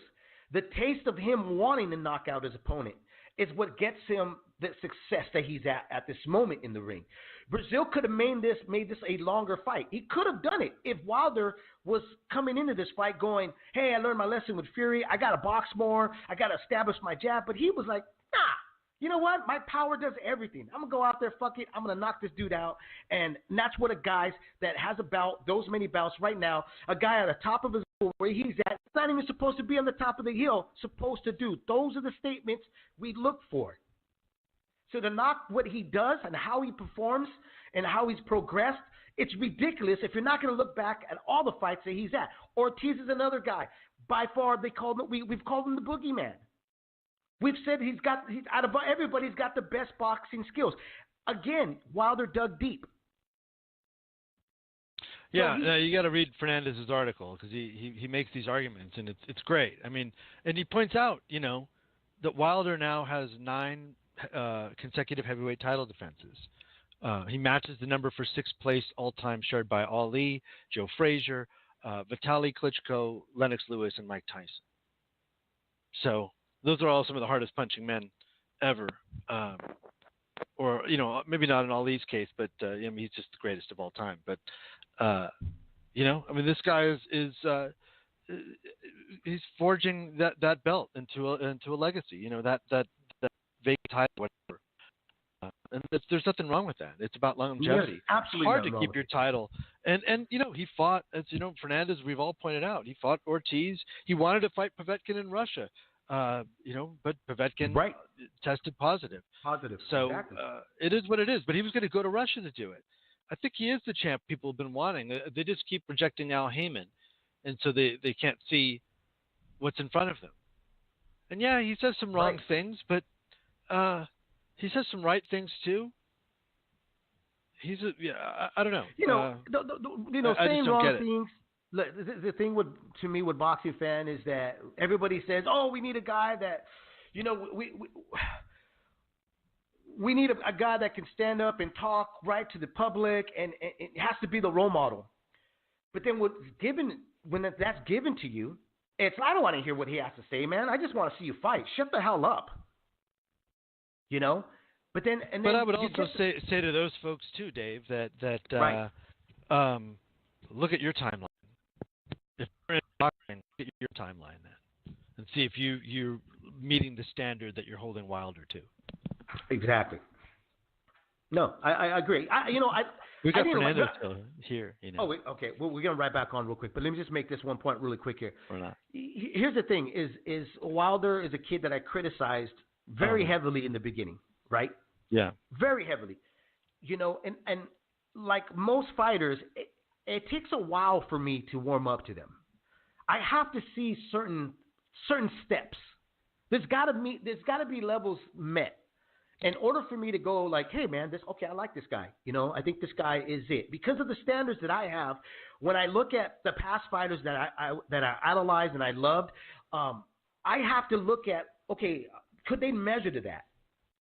How are they progressing? Or are they owning who they are. Those are characters that I look for in a fighter. You know, I'm not a lot of folks, not a lot of fight fans that automatically, oh man, I like this guy. Why? Because he's the same color skin as me, or he's the same religion, or we're from the same town, or whatever. I've never been one of those guys. I've never been one of those guys where I'm in a room full of my uncles and cousins, and they don't even know the fighter's name, but they know he's Mexican, so we got to root for the guy. Got to root for him, bro. How are you going to root for the white guy? This is ridiculous. Or the black guy, he's Mexican. I've never been like that. I've always been like, let me see what this guy's got to offer. Let me see what this guy really, what he's all about. Because I said this years ago on YouTube. I said, the ring is a truth teller. You could say all the shit you want to say outside the ring. I'm the baddest man on the planet. I'm going to knock him out. I'm going to do this. But when it comes fight night, she's going to reveal who you really are. And it sometimes doesn't happen just with one fight. It takes multiple fights, in my opinion, to slowly see who that character is in that ring. And that's when you see me starting to like a fighter, and that's why I'm starting to like Wilder. Is he going to lose? Eventually, but that's boxing, guys. That's why I love the sport so much. You're supposed to win, and then you're supposed to get that one fight where it's going to define you of who you are as a fighter. You might lose, you might win. That fight might take out so much of you that the next fight you lose. But it's boxing. Reason why we love it. Anyways, let's bring back Fernando on, man. See what else he's got for us here. Sorry, Fernando. Hey, David. No, this is why I call him. This is the conversation, man. No worries at all, man. I'm loving it. I'm driving home now, man. I worked out today anyway, so I'm cool. You may want to turn back around because it's San Francisco and the sun just came out. So. Yeah, it's all good. I'm working on the subway. I'm working on the subway, and it was a slow day today. I was like, I'll go home. I got jury duty tomorrow too, I think, man. So oh snap! That's exciting. Oh, it sucks, dude. I've never done jury duty before, but I'll see what happens. Hopefully, it's not the OJ trial. What's your guys' opinion like on the pound for pound? Just going back to like Deontay Wilder, right? Like a lot of people, and I'm not doubting them, right? Usyk, right? They have him as like almost as high as even number one pound for pound, right? And maybe deservedly. Him and Deontay are about the same size, man. Wouldn't that be like a 50-50 fight? And why is Deontay not considered for like top 10 pound for pound? His power alone should put him in that category, I think. You know, what do you guys think? Do I think Deontay should be in pound for pound? Well, what do you say if there were to fight this summer? Who would you favor? Usyk or Wilder? You'd have to favor Wilder just because he's the natural big man. The power, more experience at the weight. Probably a higher caliber of fighters in Ortiz and Fury that he's fought. He didn't win that Fury fight, but yeah, I don't know. I guess I would favor Wilder. I mean, Usyk, you got to look at. He was an amateur. He was a heavyweight when he fought in the World Series. Not the one that we see on the Zone. He was a cruiserweight, but in the World Series, boxing series, he was a heavyweight. You know, he's got good hand speed, good footwork. But when he fought Joyce, you know, even Joyce's last fight, God, the guy's slow. Even when he was in fighting in the World Series, the guy was really slow, and he was able to kind of take advantage of him. I like I've said before, I think there's a lot of questions still to be answered by Usyk before we could start saying it's a 50-50 fight, because I don't really know. You know, he did a great deal at cruiserweight, but now he's going to be fighting guys that are 6'7", 6'8", big guys, you know, that hit hard, that are not slow like Joyce. So I'm really on the fence with Usyk at the moment. I when he fought. What's his name? Bello. I tweeted out, and there was a lot of folks that were kind of upset because I said, okay, I just don't see it yet of how he's going to be a force at heavyweight because, they fought at cruiserweight still. I mean, I still think that we need to test that water first before we could start judging where he's going to be placed and where he's going to be at, you know? I don't know. I don't know how you guys feel about it. That's why I don't get why people are so – what I'm trying to get is I don't understand why people are so dismissive of Deontay, right? And at the same time, they're like putting up Usyk on a pedestal, you know? When they're about the same size, and if they fought in real life, it'd be like a 50-50 fight at least, I think, you know? So let me ask you this. Does Usyk have the power? Right. But let me ask you this. Do you think Usyk has the power to hold off with Deontay Wilder? I think he has like similar power like Tyson Fury, right? Where he has just enough power to keep him off of him. You know, I don't know if he has the power to stop somebody, a heavyweight. I think he has enough power and accuracy to keep somebody off him. Kind of like what Tyson Fury does. Yeah. Right. Yeah. He's very accurate, and I think mobily he's going to be a lot harder to catch. You know, but like I said, Deontay's got that turn me around punch. No matter what, if he hits you on the shoulder, on the forearm. He's going to make you rethink what you're going to do. And I don't think Usyk has gotten – I think that's just going to be my major question is when he fights a guy of the magnitude of power that Wilder does is completely different because there's nobody in the heavyweight division, in my opinion, that has that good night sleep pill in the right hand. AJ, I don't even think AJ carries that. AJ has to work it in. It takes a minute for AJ to get that KO, you know? Deontay has that like the young Pacquiao style where he goes for broke, man, you know? And man, after taking back together talking about like fighters don't have a lot of technique, right? Well, you don't necessarily have to have a lot of technique to be a top 10 fighter, right? Like Tito was pretty basic, man, the 1-2 and the hook. You know, and he, you know, his power was enough to like, you know, take him to like middleweight. You know, he carried it all the way up to middleweight. He was knocking people out. You know, so I think Deontay is fine where he's at, and to be honest, I think he looked a little bit better to me in that last fight. His technique was a little bit better. I thought a little bit tighter. You know, I don't know. I think he's still getting a little bit better as he goes along. You know what's crazy is that what we've seen throughout boxing history is that you could have the best technique ever, okay? You can have great footwork, great hand speed. You can put punches together very well.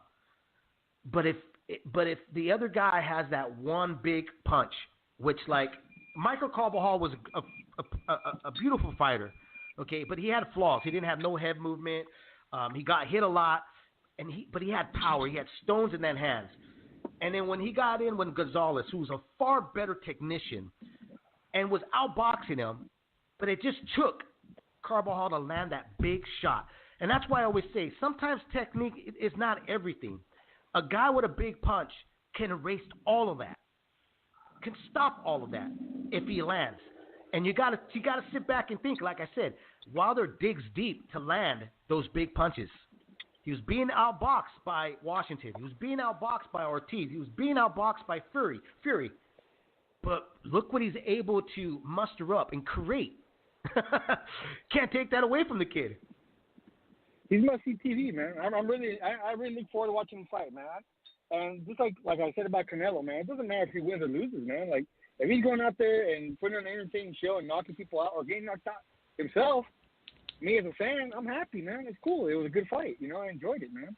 You know, the whole thing of being undefeated is kind of overrated, man, to be honest, especially for us fans, man. We want to see competitive fights, not undefeated records, you know? I wonder how Brazil's going to come back from that. It's like, you know, the whole beef happened because, you know, that I think it was the Gerald Washington fight. They were cheering for the wrong guy. Him and Washington spar. And, you know, then like Deontay and like a bunch of dudes ran up on Brazil and his family. Right. Yeah, and then like, his brother punched Brazil in the back of the head allegedly and ran off, according to Brazil. And so then you face him and you get knocked out in like 137 seconds. You know, just back flat on your back. At least, you know, he got up. But and later he said he thought they stopped it too soon, but you know, he fell on the ropes. Like, you know, he was ready to fight the way Roy Jones was ready to keep fighting against Antonio Tarver in that rematch. You know, that is to say, not at all. Yeah, I can't wait to see Deontay Wilder fighting again. Exactly. Fernando, we're going to let you go, brother, because we still got a couple things we got to talk about here. Thank you, brother. Thank you. Thank you.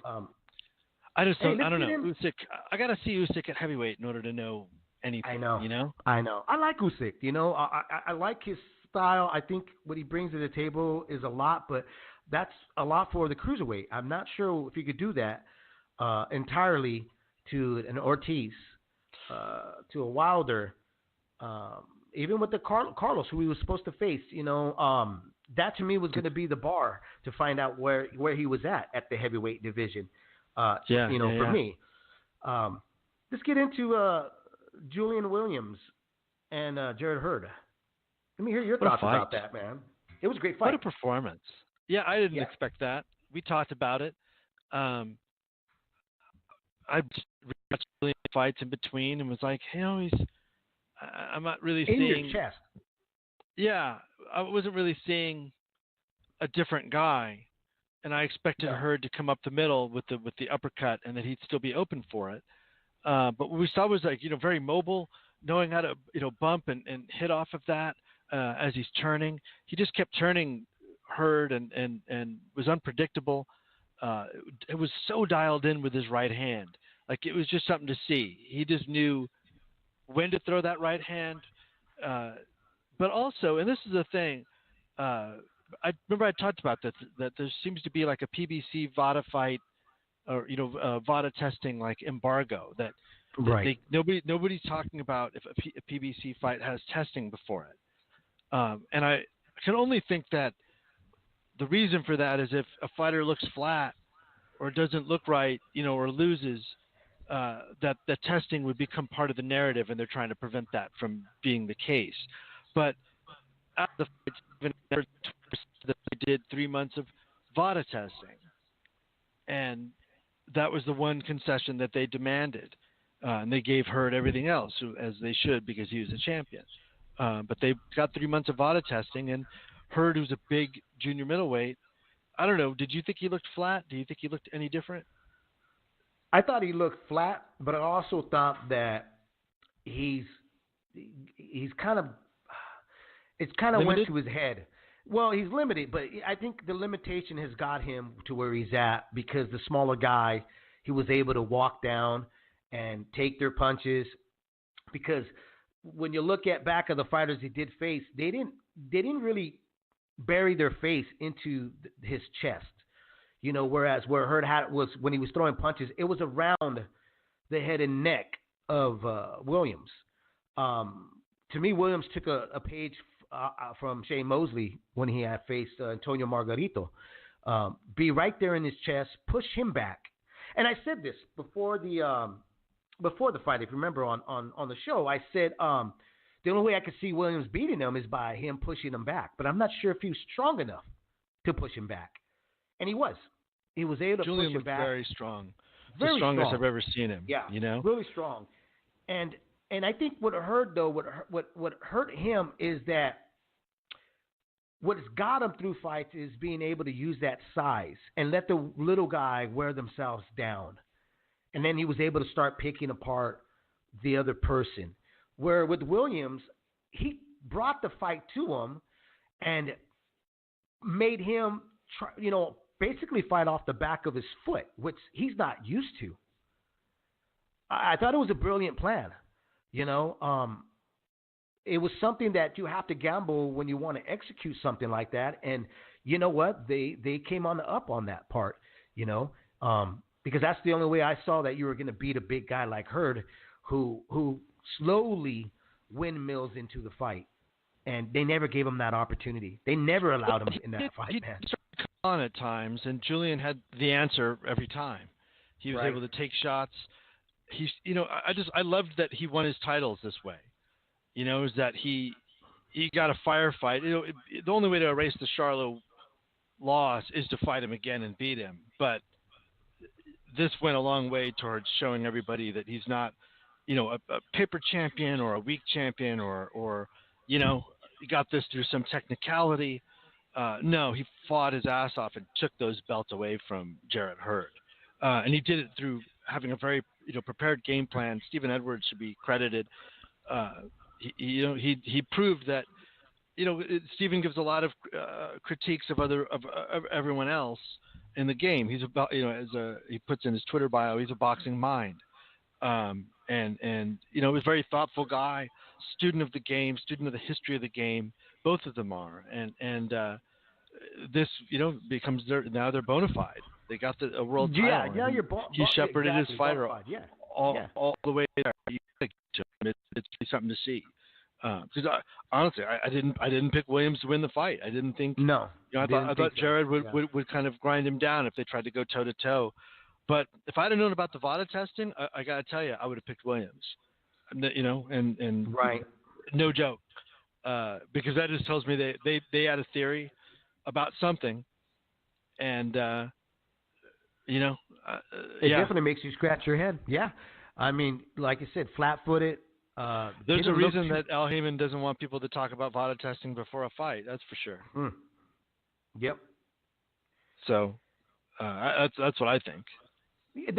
Like you said, the title, the way he won the title, you got to give him kudos. You got to give him his props.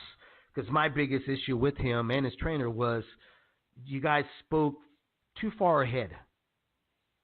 As if you had won titles and you have executed certain game plans and without really doing it at the moment. Now that you've done it, like you said, it's bona fide. Now you can do the talking that you did. Now that, to me, is the leg to stand on. So now him asking, though, I don't know what your thoughts about this. Actually, I do know your thoughts about this. We'll just let the world know our thoughts about this. Now, Julian Williams is saying, hey, if you want to fight me, you got to take the testing,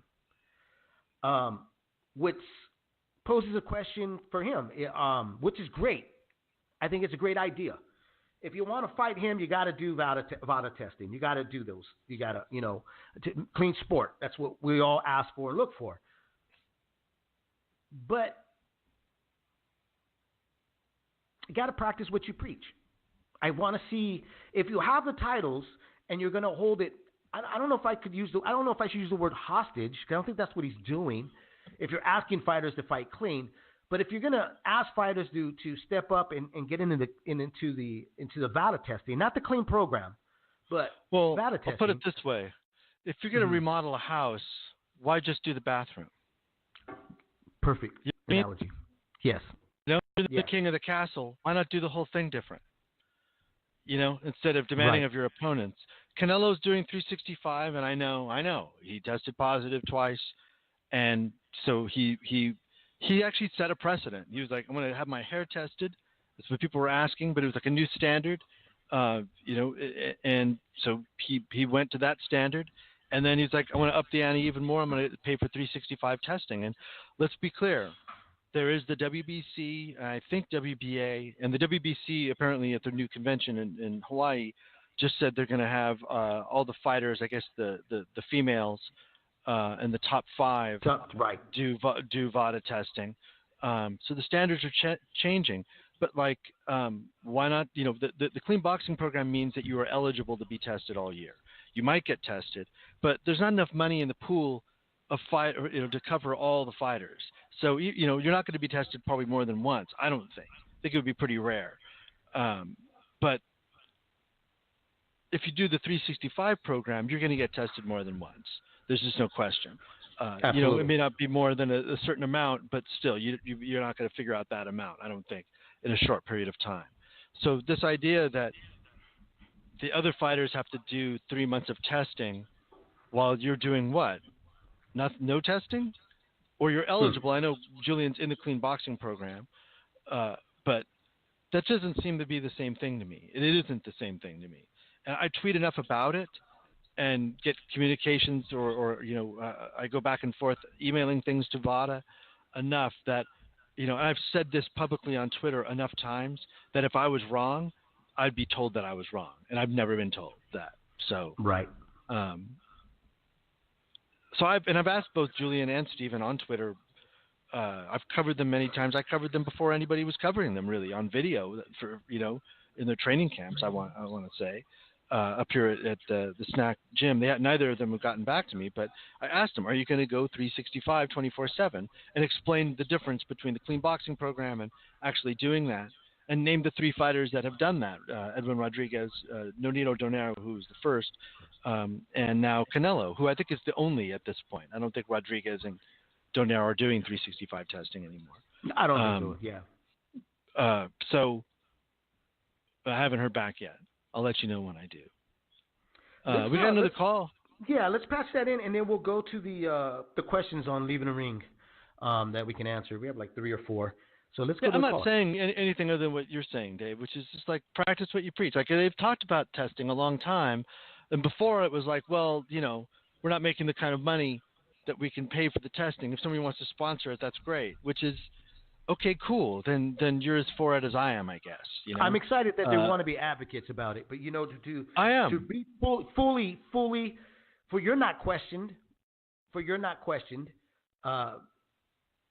dive all the way in. Don't just put your foot.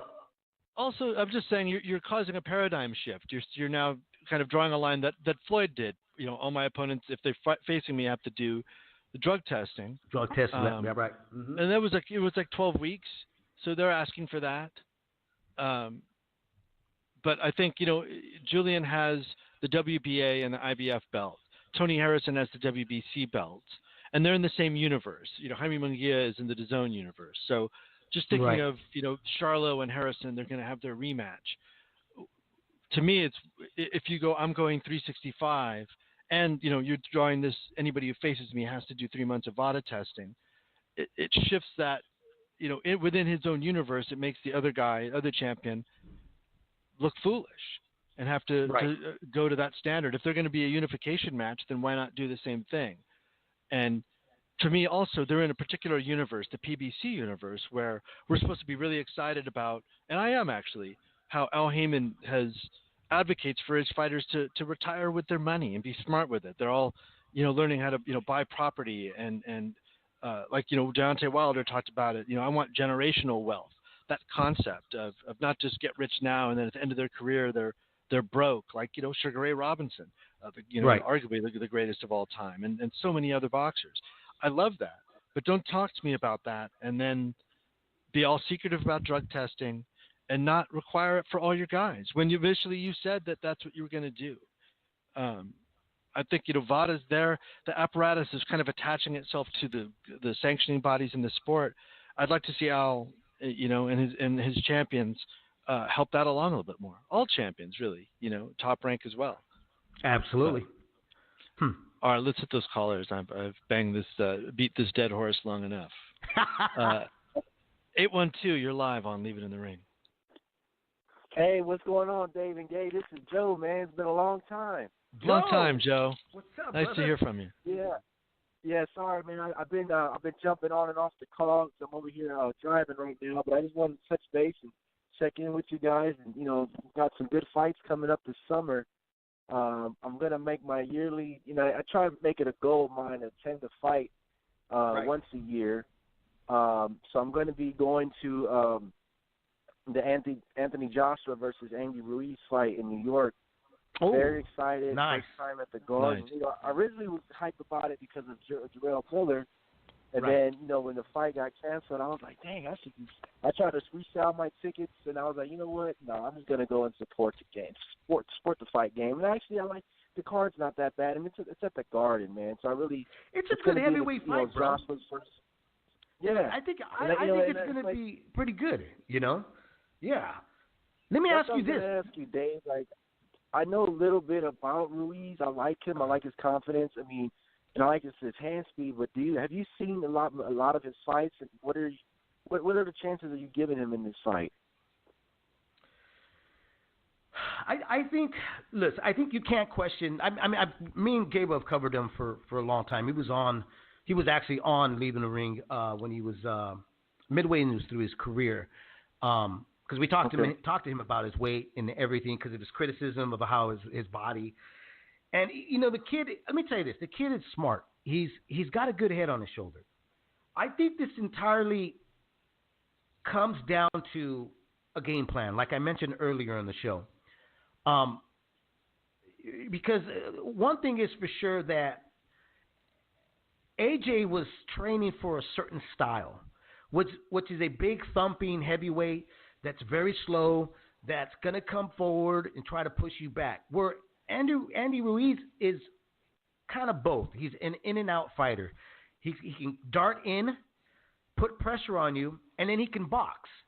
The one thing that it's going to be telling to me is how well AJ is going to – can he nullify Andy Ruiz's punching combinations and hand speed, because that's the one thing that I see that Andy has an over on Anthony, because Anthony tends to throw one punch at a time. He likes to flick the jab and then throw a right hand or a hook because he's so big. He's got to conserve energy. Now, if Andy can go out there and do what had happened to Vladimir Klitschko with Lamont Brewster, which is pressure him to get out of his zone, right? Pressure him to get out of that comfort zone where he's able to, taking short breaths, where he's taking big breaths, because now he's getting a guy that's darting in and just putting more pressure that he was expected. I think that there's a strong possibility he can upset him. But it all entirely is up to how Andy Ruiz and his team have studied AJ and what they're going to execute. Because in my opinion, it's a short amount of time to have two game plans. And with that short amount of time, that means you should focus on one thing and make sure that one thing is the thing that you're mostly confident on executing. That's my thought about it. Yeah. Yeah, because that's what I was, I really thought that Ruiz beat Parker. I thought he got a bad in on that. I did deal. too. Yep.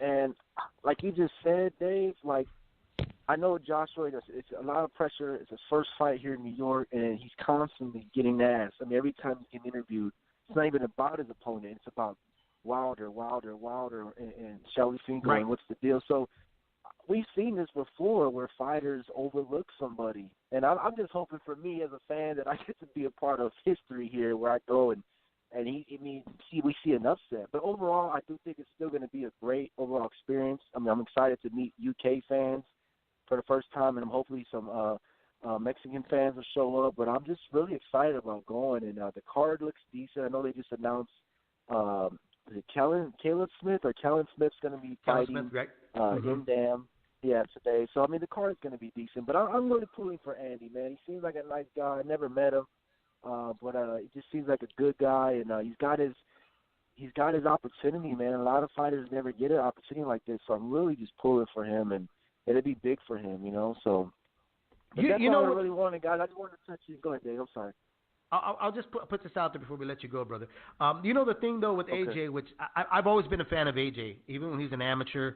When he turned pro, I was really excited as a kid that I watched. But like most big fighters, the fight that he had to dig deep was against Vladimir Klitschko, which that was an older version of Klitschko. If Andy Ruiz was stepping in with Vitaly Klitschko, I would say there's no hope, because the way Chris Oriella has fought and his style of fighting is to pressure and put pressure on, Vitaly has kind of showed that he's game to all of that. I'm not sure if AJ's game to all of that yet. I think that's still I think that's still a question on my mind. How well does he do against a guy that's going to give him different looks, that is mobile, that can throw volumes of combinations and land, and has a decent punch. He doesn't have the Hasim Rockman punch, doesn't have those type of turnaround punches, but I think he has punches to keep you humble, because one thing with the Parker fight is Parker went in as the puncher, and you notice that he threw less and less punches. He became a boxer that night against Andy Ruiz. That's why I think it's a very interesting fight. Big time interesting, man. Hey, have a good time, though, brother. Have a great time out there. Let us know how it goes, man. Hey, and Dave, real quick, like what you said on with Arreola comparing to Ruiz, like Arreola, I liked his style. I felt like he was a little bit more like reckless, like going for that one knockout. Where you said it earlier that Ruiz is, he's skilled, and I think he's smart. And I think that ring intelligence may be able to help him in rounds. And I don't know, man. I mean, like you said, I'm getting more excited about it. So hopefully I know it's going to be an entertaining fight regardless. I don't think it's going to be a boring fight at all. I mean, I just really pull for Ruiz, and who knows, man? This could be a big boost to his career, and maybe he just gets big names after this too going forward. So, but guys, good to hear from you, Dave and Gabe. You guys take care. I'll talk to you soon. All right, brother. Thanks. Thank you. Thank you. I mean, if Andy's able to pull this off, he'll be the first Mexican-American heavyweight. Yeah. You know, it's a big, I get that's the a sense historical that thing. he represents Mexican Americans well, and he works hard. Like, don't let the Absolutely. body type fool you. It's Ruiz is going to be there, and his engine's going to be there. He's going to be there to win. I can't wait to see it. I'm can't excited either. for the guy. I remember him when he wasn't a pro, just some kid in silver plastics at the Wild Card Boxing Club. Baby faced, big body. I think he was talking about being a light heavyweight then, but he wasn't done growing. And now he's fighting for the heavyweight title for a second time. Arguably should be the first Mexican American heavyweight. He got robbed against Parker. Right, Parker. Right. Yeah, I agree. Yeah, so he gets a chance to do it again. So Joshua too, man. He's probably the most arrogant fighter in the sport, but he's also like the biggest guy in the sport, literally. He's got most of the titles. Actually, no, I think Tyson Fury is a little bit taller, isn't he? Yeah. But 6'9". Yeah, 6'9". Jeez, no wonder. Maybe he's the most arrogant guy in boxing. I don't know, but I love that about Joshua, his swagger, just how sure of himself he is. And then it's not just about his size or like when I land this punch or that punch. He thinks he's going to outbox you, beat you up, and then knock you out. He thinks he's one of the best boxers in the game, and I love that about him. I always felt that that was the guy to buy stock in between him and Wilder, but. Wilder, every time I see him, he does something exciting, something I hadn't really quite seen before. I can't wait for them to fight. It isn't going to be this year, though. No. Shall I go down the what's that? Let's go down on the emails. Let's answer a few of these, because I think these are some interesting questions here. I got like 2 or 3 of them, and then we'll go down to the schedule. What do you think? Yeah, I was just thinking, other fights in the summer. Gennad DIY Golovkin versus Steve Rolls is going to be an interesting catchweight fight at 164. I don't know. It's just weird seeing the new spelling. But anyways, let's hit those emails. Okay, so this is from Joaquin from Daly City. He said, longtime listener and YouTube viewer, guys. On the previous episode, Mr. Montoya, I put the Mr. in, but it's Montoya, said that Canelo was the best fighter and considered him number 1 pound for pound. But where would you guys rank him as a great fighter when his career is over in 20 years from now? When his career is over from 20 years from now, my thoughts that he really doesn't close the show, so that doesn't make him great in the coming future. He's more focused on winning, which is kind of boring. But greats like J.C. Chavez, Hagler, Monzon, and even the likes of De La Hoya close the shows. And those are the things that most fans look for. What do you think, Gabriel? What would be your? Would you think Canelo after 20 years from now? Do you think he's going to be considered one of the great fighters? I have no idea because his career's not over yet.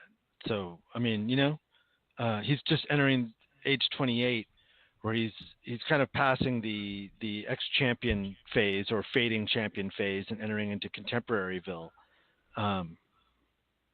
But who knows what fights he's going to take, not take. I can't. I don't know. For a 28-year-old to have the resume that he does, I mean, even if you don't think he won the Lara fight or the Trout fight, or the Golovkin fight, either of them, still, he's the people that he's faced and how competitive he's been is pretty unmatched. He wasn't competitive with Floyd, so you can kind of that fight.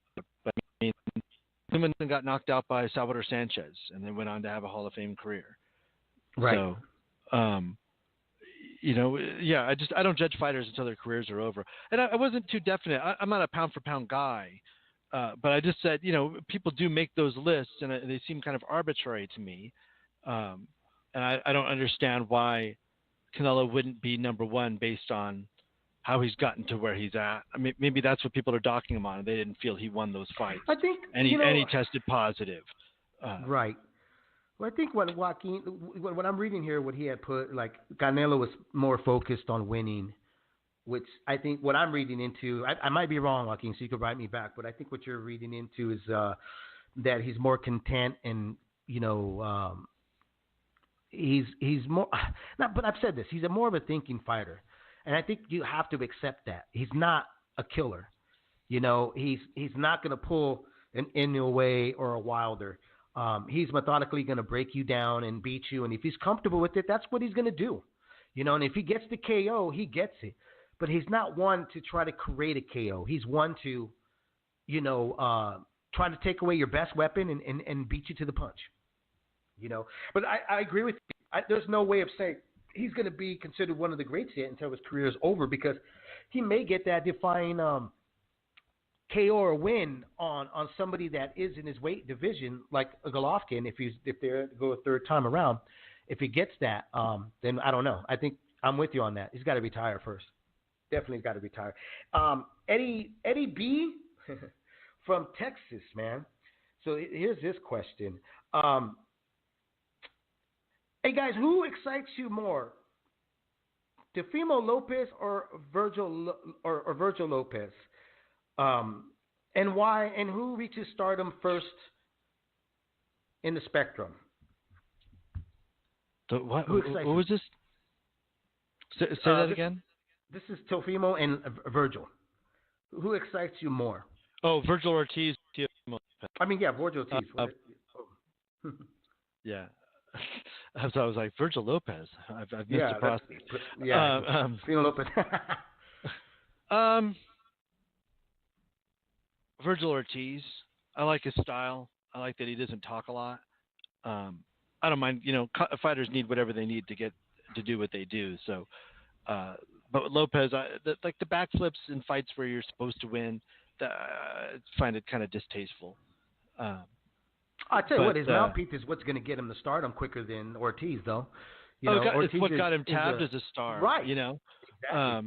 But Ortiz, we'll see. Right now he's having it his way. He gets to be the bully in these fights. But that was a pretty scary knockout of Mauricio Herrera. Oh my goodness. Oh my God. Hey, I'll tell you this though, to Eddie, to answer your question, who reaches stardom first? Obviously it's going to be Lopez. He reaches stardom first because he's already there. He's already there. He's already at that brink. Everybody wants to see him in with Lomachenko.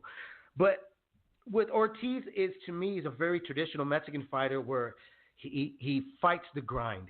He's grinding his way up. And if you look at throughout history, the guy that rushes himself to be on the top of the hill is normally the guy that's going to roll back down pretty fast. That brings to mind when Lennox Lewis had brought up Michael Grant. He's a here we come up and here we go down. Whereas Ortiz is slowly, to me, is doing the right things to get to the top of the hill, so that when he gets there, he finally knows what to do with it. Now, don't get me wrong. I like Lopez. I know you're not so fond of his tactics and stuff. But I think with his performances, he's an exciting kid. But it's just not proven. There's still a lot of questions that linger over him. So that's the thing that worries me, is that when you get there, are you going to be able to answer them because you got there so quick with the mouthpiece rather than the opponents that were supposed to get you to that level? Because back in the old days, you had to fight the fights to get to that level. Now it's just more of if you got a good Instagram account or Twitter account, or you got a good, you're gifted with the gab, you can get there. I traditionally like more traditional fighters that work their way up. So that's that. Now the last question, really quick here. It's from Marcus from your neck of the woods, San Francisco.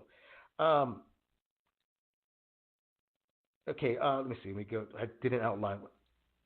Okay, what fights were in the talks and didn't happen, guys, that you wish did? I wish you would have given me a little lead time on this one. Right off the top of my head, I would go Trinidad Mosley. Trinidad, I think Trinidad Corte was also a fight that was supposed to happen that ended up not happening, getting postponed. So those fights, but also Trinidad, I believe Terry Norris was supposed to happen.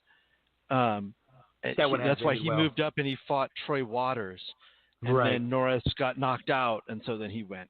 back down, chasing De La Hoya. So yeah, I would say anything involving Felix Trinidad, maybe Trinidad versus Roy Jones at 168 when they were more prime, but that would have required Tito be good enough to beat Bernard Hopkins and Fajardo versus Cotto. That was the fight that they, when they came out of the Olympics, they were attached to each other. That would have been a great fight if Fajardo just couldn't get his shit together. I guess is the way to say it, man. Valero versus Pacquiao. That was a fight that wasn't talked. Oh my goodness, yeah, that fight. I remember Freddie Roach. I remember talking to Freddie at the gym, a wild card, and I asked him, and dude, it was like I struck a nerve. I don't understand why everybody likes that guy. He's not good. He's blah blah blah, and I'm just like, wow. So then, if he's not, I remember asking him if he isn't good, then why don't you guys fight him? Oh, we're gonna fight him. We're gonna fight him. And then they were in talks. Remember, after Edwin had just got done with DeMarco. First was Bradley. Bradley was in talks. Timothy Bradley came on leaving the ring. Remember, he called in and said that he had been offered that fight and that he was willing to take it. He would take the fight. But then it moved on, and it went to Pacquiao, and that fight never materialized. I'll tell you what fight that I really wanted to watch, and this is back when they were at 135, and both guys were monsters. Robert the Ghost Guerrero was blowing everybody out at 135, and John Molina Jr., who's going to be scheduled to fight again. Who's he fighting? Sergey Lipinets. Lipinets, right. But at 135, I remember asking both camps, man, over and over, you guys right now are the upcoming stars at 135. Are you guys going to mix it up? And I remember these guys, they wouldn't even bring each other's names up. And that was one fight that I thought would have been just explosive, man. Both were in their prime. Both were knocking guys out. It never happened. Another fight at 140 never happened is Lucas Matisse and Marcos Antonio. Marcos Madonna, Chino Madonna, at 140. I thought that would have been like, holy smokes, but never came down. Never even talked about. We got 9 minutes left. I have a question for the mailbag. See if people will respond to this at leaveittothering@gmail.com. I'm looking at the ringtv.com ratings, the pound-for-pound ratings. So the top 10 is Lomachenko, then Crawford, Alvarez, Naoya Inoue, Alexander Usyk is 5, Errol Spence Jr. 6, Gennady Golovkin 7. They need to change that spelling.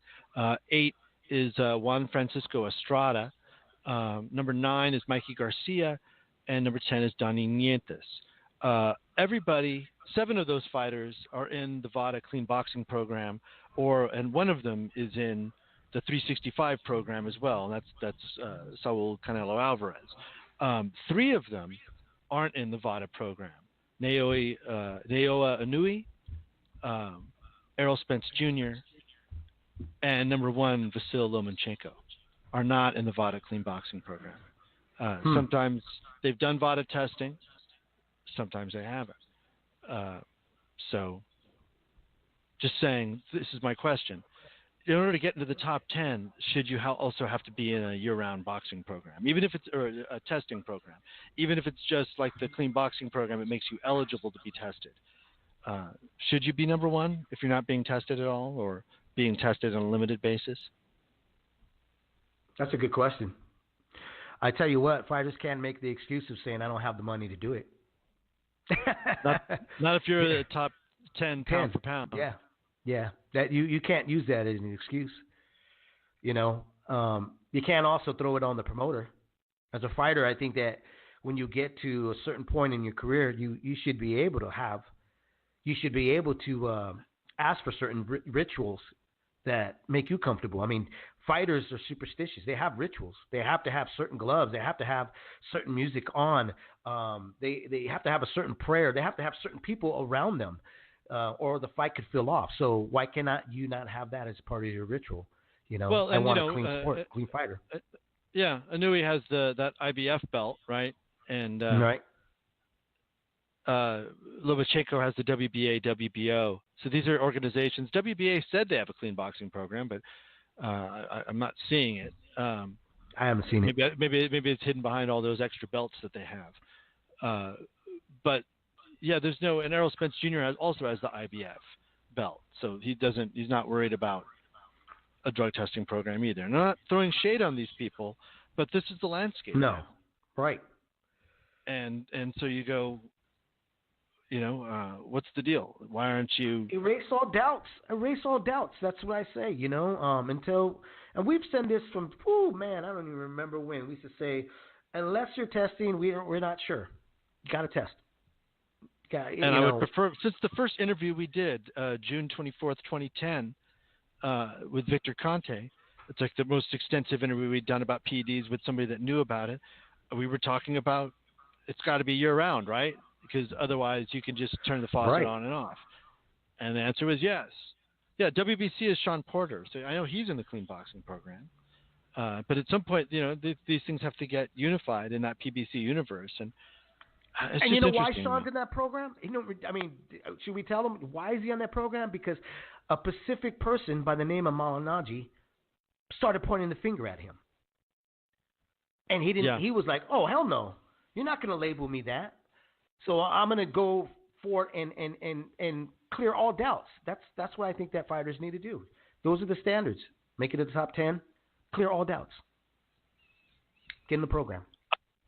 I'm pretty excited to see what the top 5 in every division in female boxing is going to look like with some VADA testing. Ooh. Yeah. It's contrary to popular belief. Yeah, there wasn't actually. Do you think it might be higher than their ratings? Oof. I know. I shouldn't have said that, but that was a low blow. I couldn't resist. That's a low blow. I just couldn't resist. I'm sorry. We got 4 minutes. I love women. He does. I do. I truly do. I watch it. I'm not gonna sit here in front like some folks are like, oh, I can't watch 2 women. I say, hey man, they want to get in there. They work equally as hard as men, and they want to go in there and twist their nose around, etc. Why not? Let them do it. But I couldn't resist throwing that little jab. Anyways, the lefthook.com boxing television schedule as I have for many years because it's accurate and good.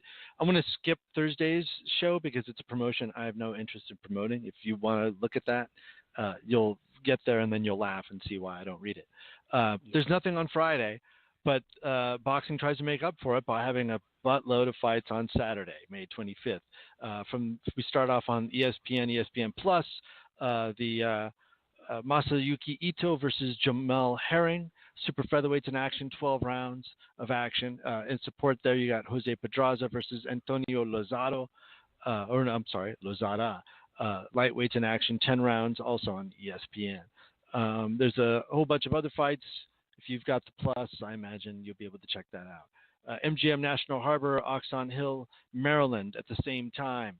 DAZN, Devin Haney versus Antonio Moran. Lightweights in action. It should be a nice showcase for Haney's skills. I bet he gets a knockout because that dude's slow and kind of upright, and he's starting to streak as a contender. Michael Hunter versus Fabio Maldonado, heavyweights in action, 10 rounds, and some other fights. Beau Rivage, Biloxi, Mississippi, FS1, Austin Trout versus Terrell Gaucher, junior middleweights in action for 12 rounds, FS1. Shordell Booker as well versus Wally Omatoso, junior middleweights, 10 rounds, and Ahmed El Biali versus Marlos Eduardo Simos, light heavyweights in action for 10 rounds. And then, if you're in England earlier in the day, you've already seen on Channel 5 in the UK at the Victoria Warehouse in Manchester, England, Huey Fury take on Chris Norad, heavyweights, which is a really weird listing, 10 or 12 rounds. Versus underneath that is Steve Brogan versus Adam Haig, junior welterweights, 8 or 10 rounds.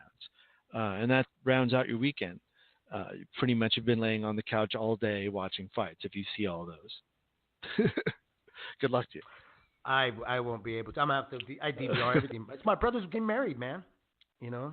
Nice. Actually, I gotta give him a call because we still have a few more days where he could. I could tell him, hey, you could still run for the hills, man. I'll be. Yeah. No, but he has a nice girl. It's never too late. It's never too late to turn around, vato. Don't do it, ese. That's going to be me in the background. Don't do it, pendejo. She'll be fine. Everybody brought like gift cards. She could keep the TV. Yeah. So I'll be checking out that Devin Haney fight, though. I mean, it'll be another two-show Saturdays. I have like 2 and 8, and so there's this big gap in there. And on the way there's fights in England are happening. So it's gonna be a long fight day. Well, but if my wife Jamal Herring one, I really want to see Ito Herring. I'll tell you this though: if they're on the reception, if my wife allows this, I will be watching it on my phone. But it all depends. There's going to be a lot of family there, so yeah. I don't want to stand out as sports fans in the dressing room. The other two guys are always either watching Boston sports of or LA sports of right. So it's kind of nice. That one, I mix it up with the fights. You know that one guy that sneaks away to the bar? I'm going to be that guy that sneaks away to the bathroom to watch the fights here and there. Anyways, fight fans, thanks for calling in. Thanks for writing us. You still can write any question or anything you want to us on Leaving the Ring Gmail. Again, enjoy your weekend. Don't drink and drive because you will spill your beer. Gabriel, I will talk to you next week. Peace.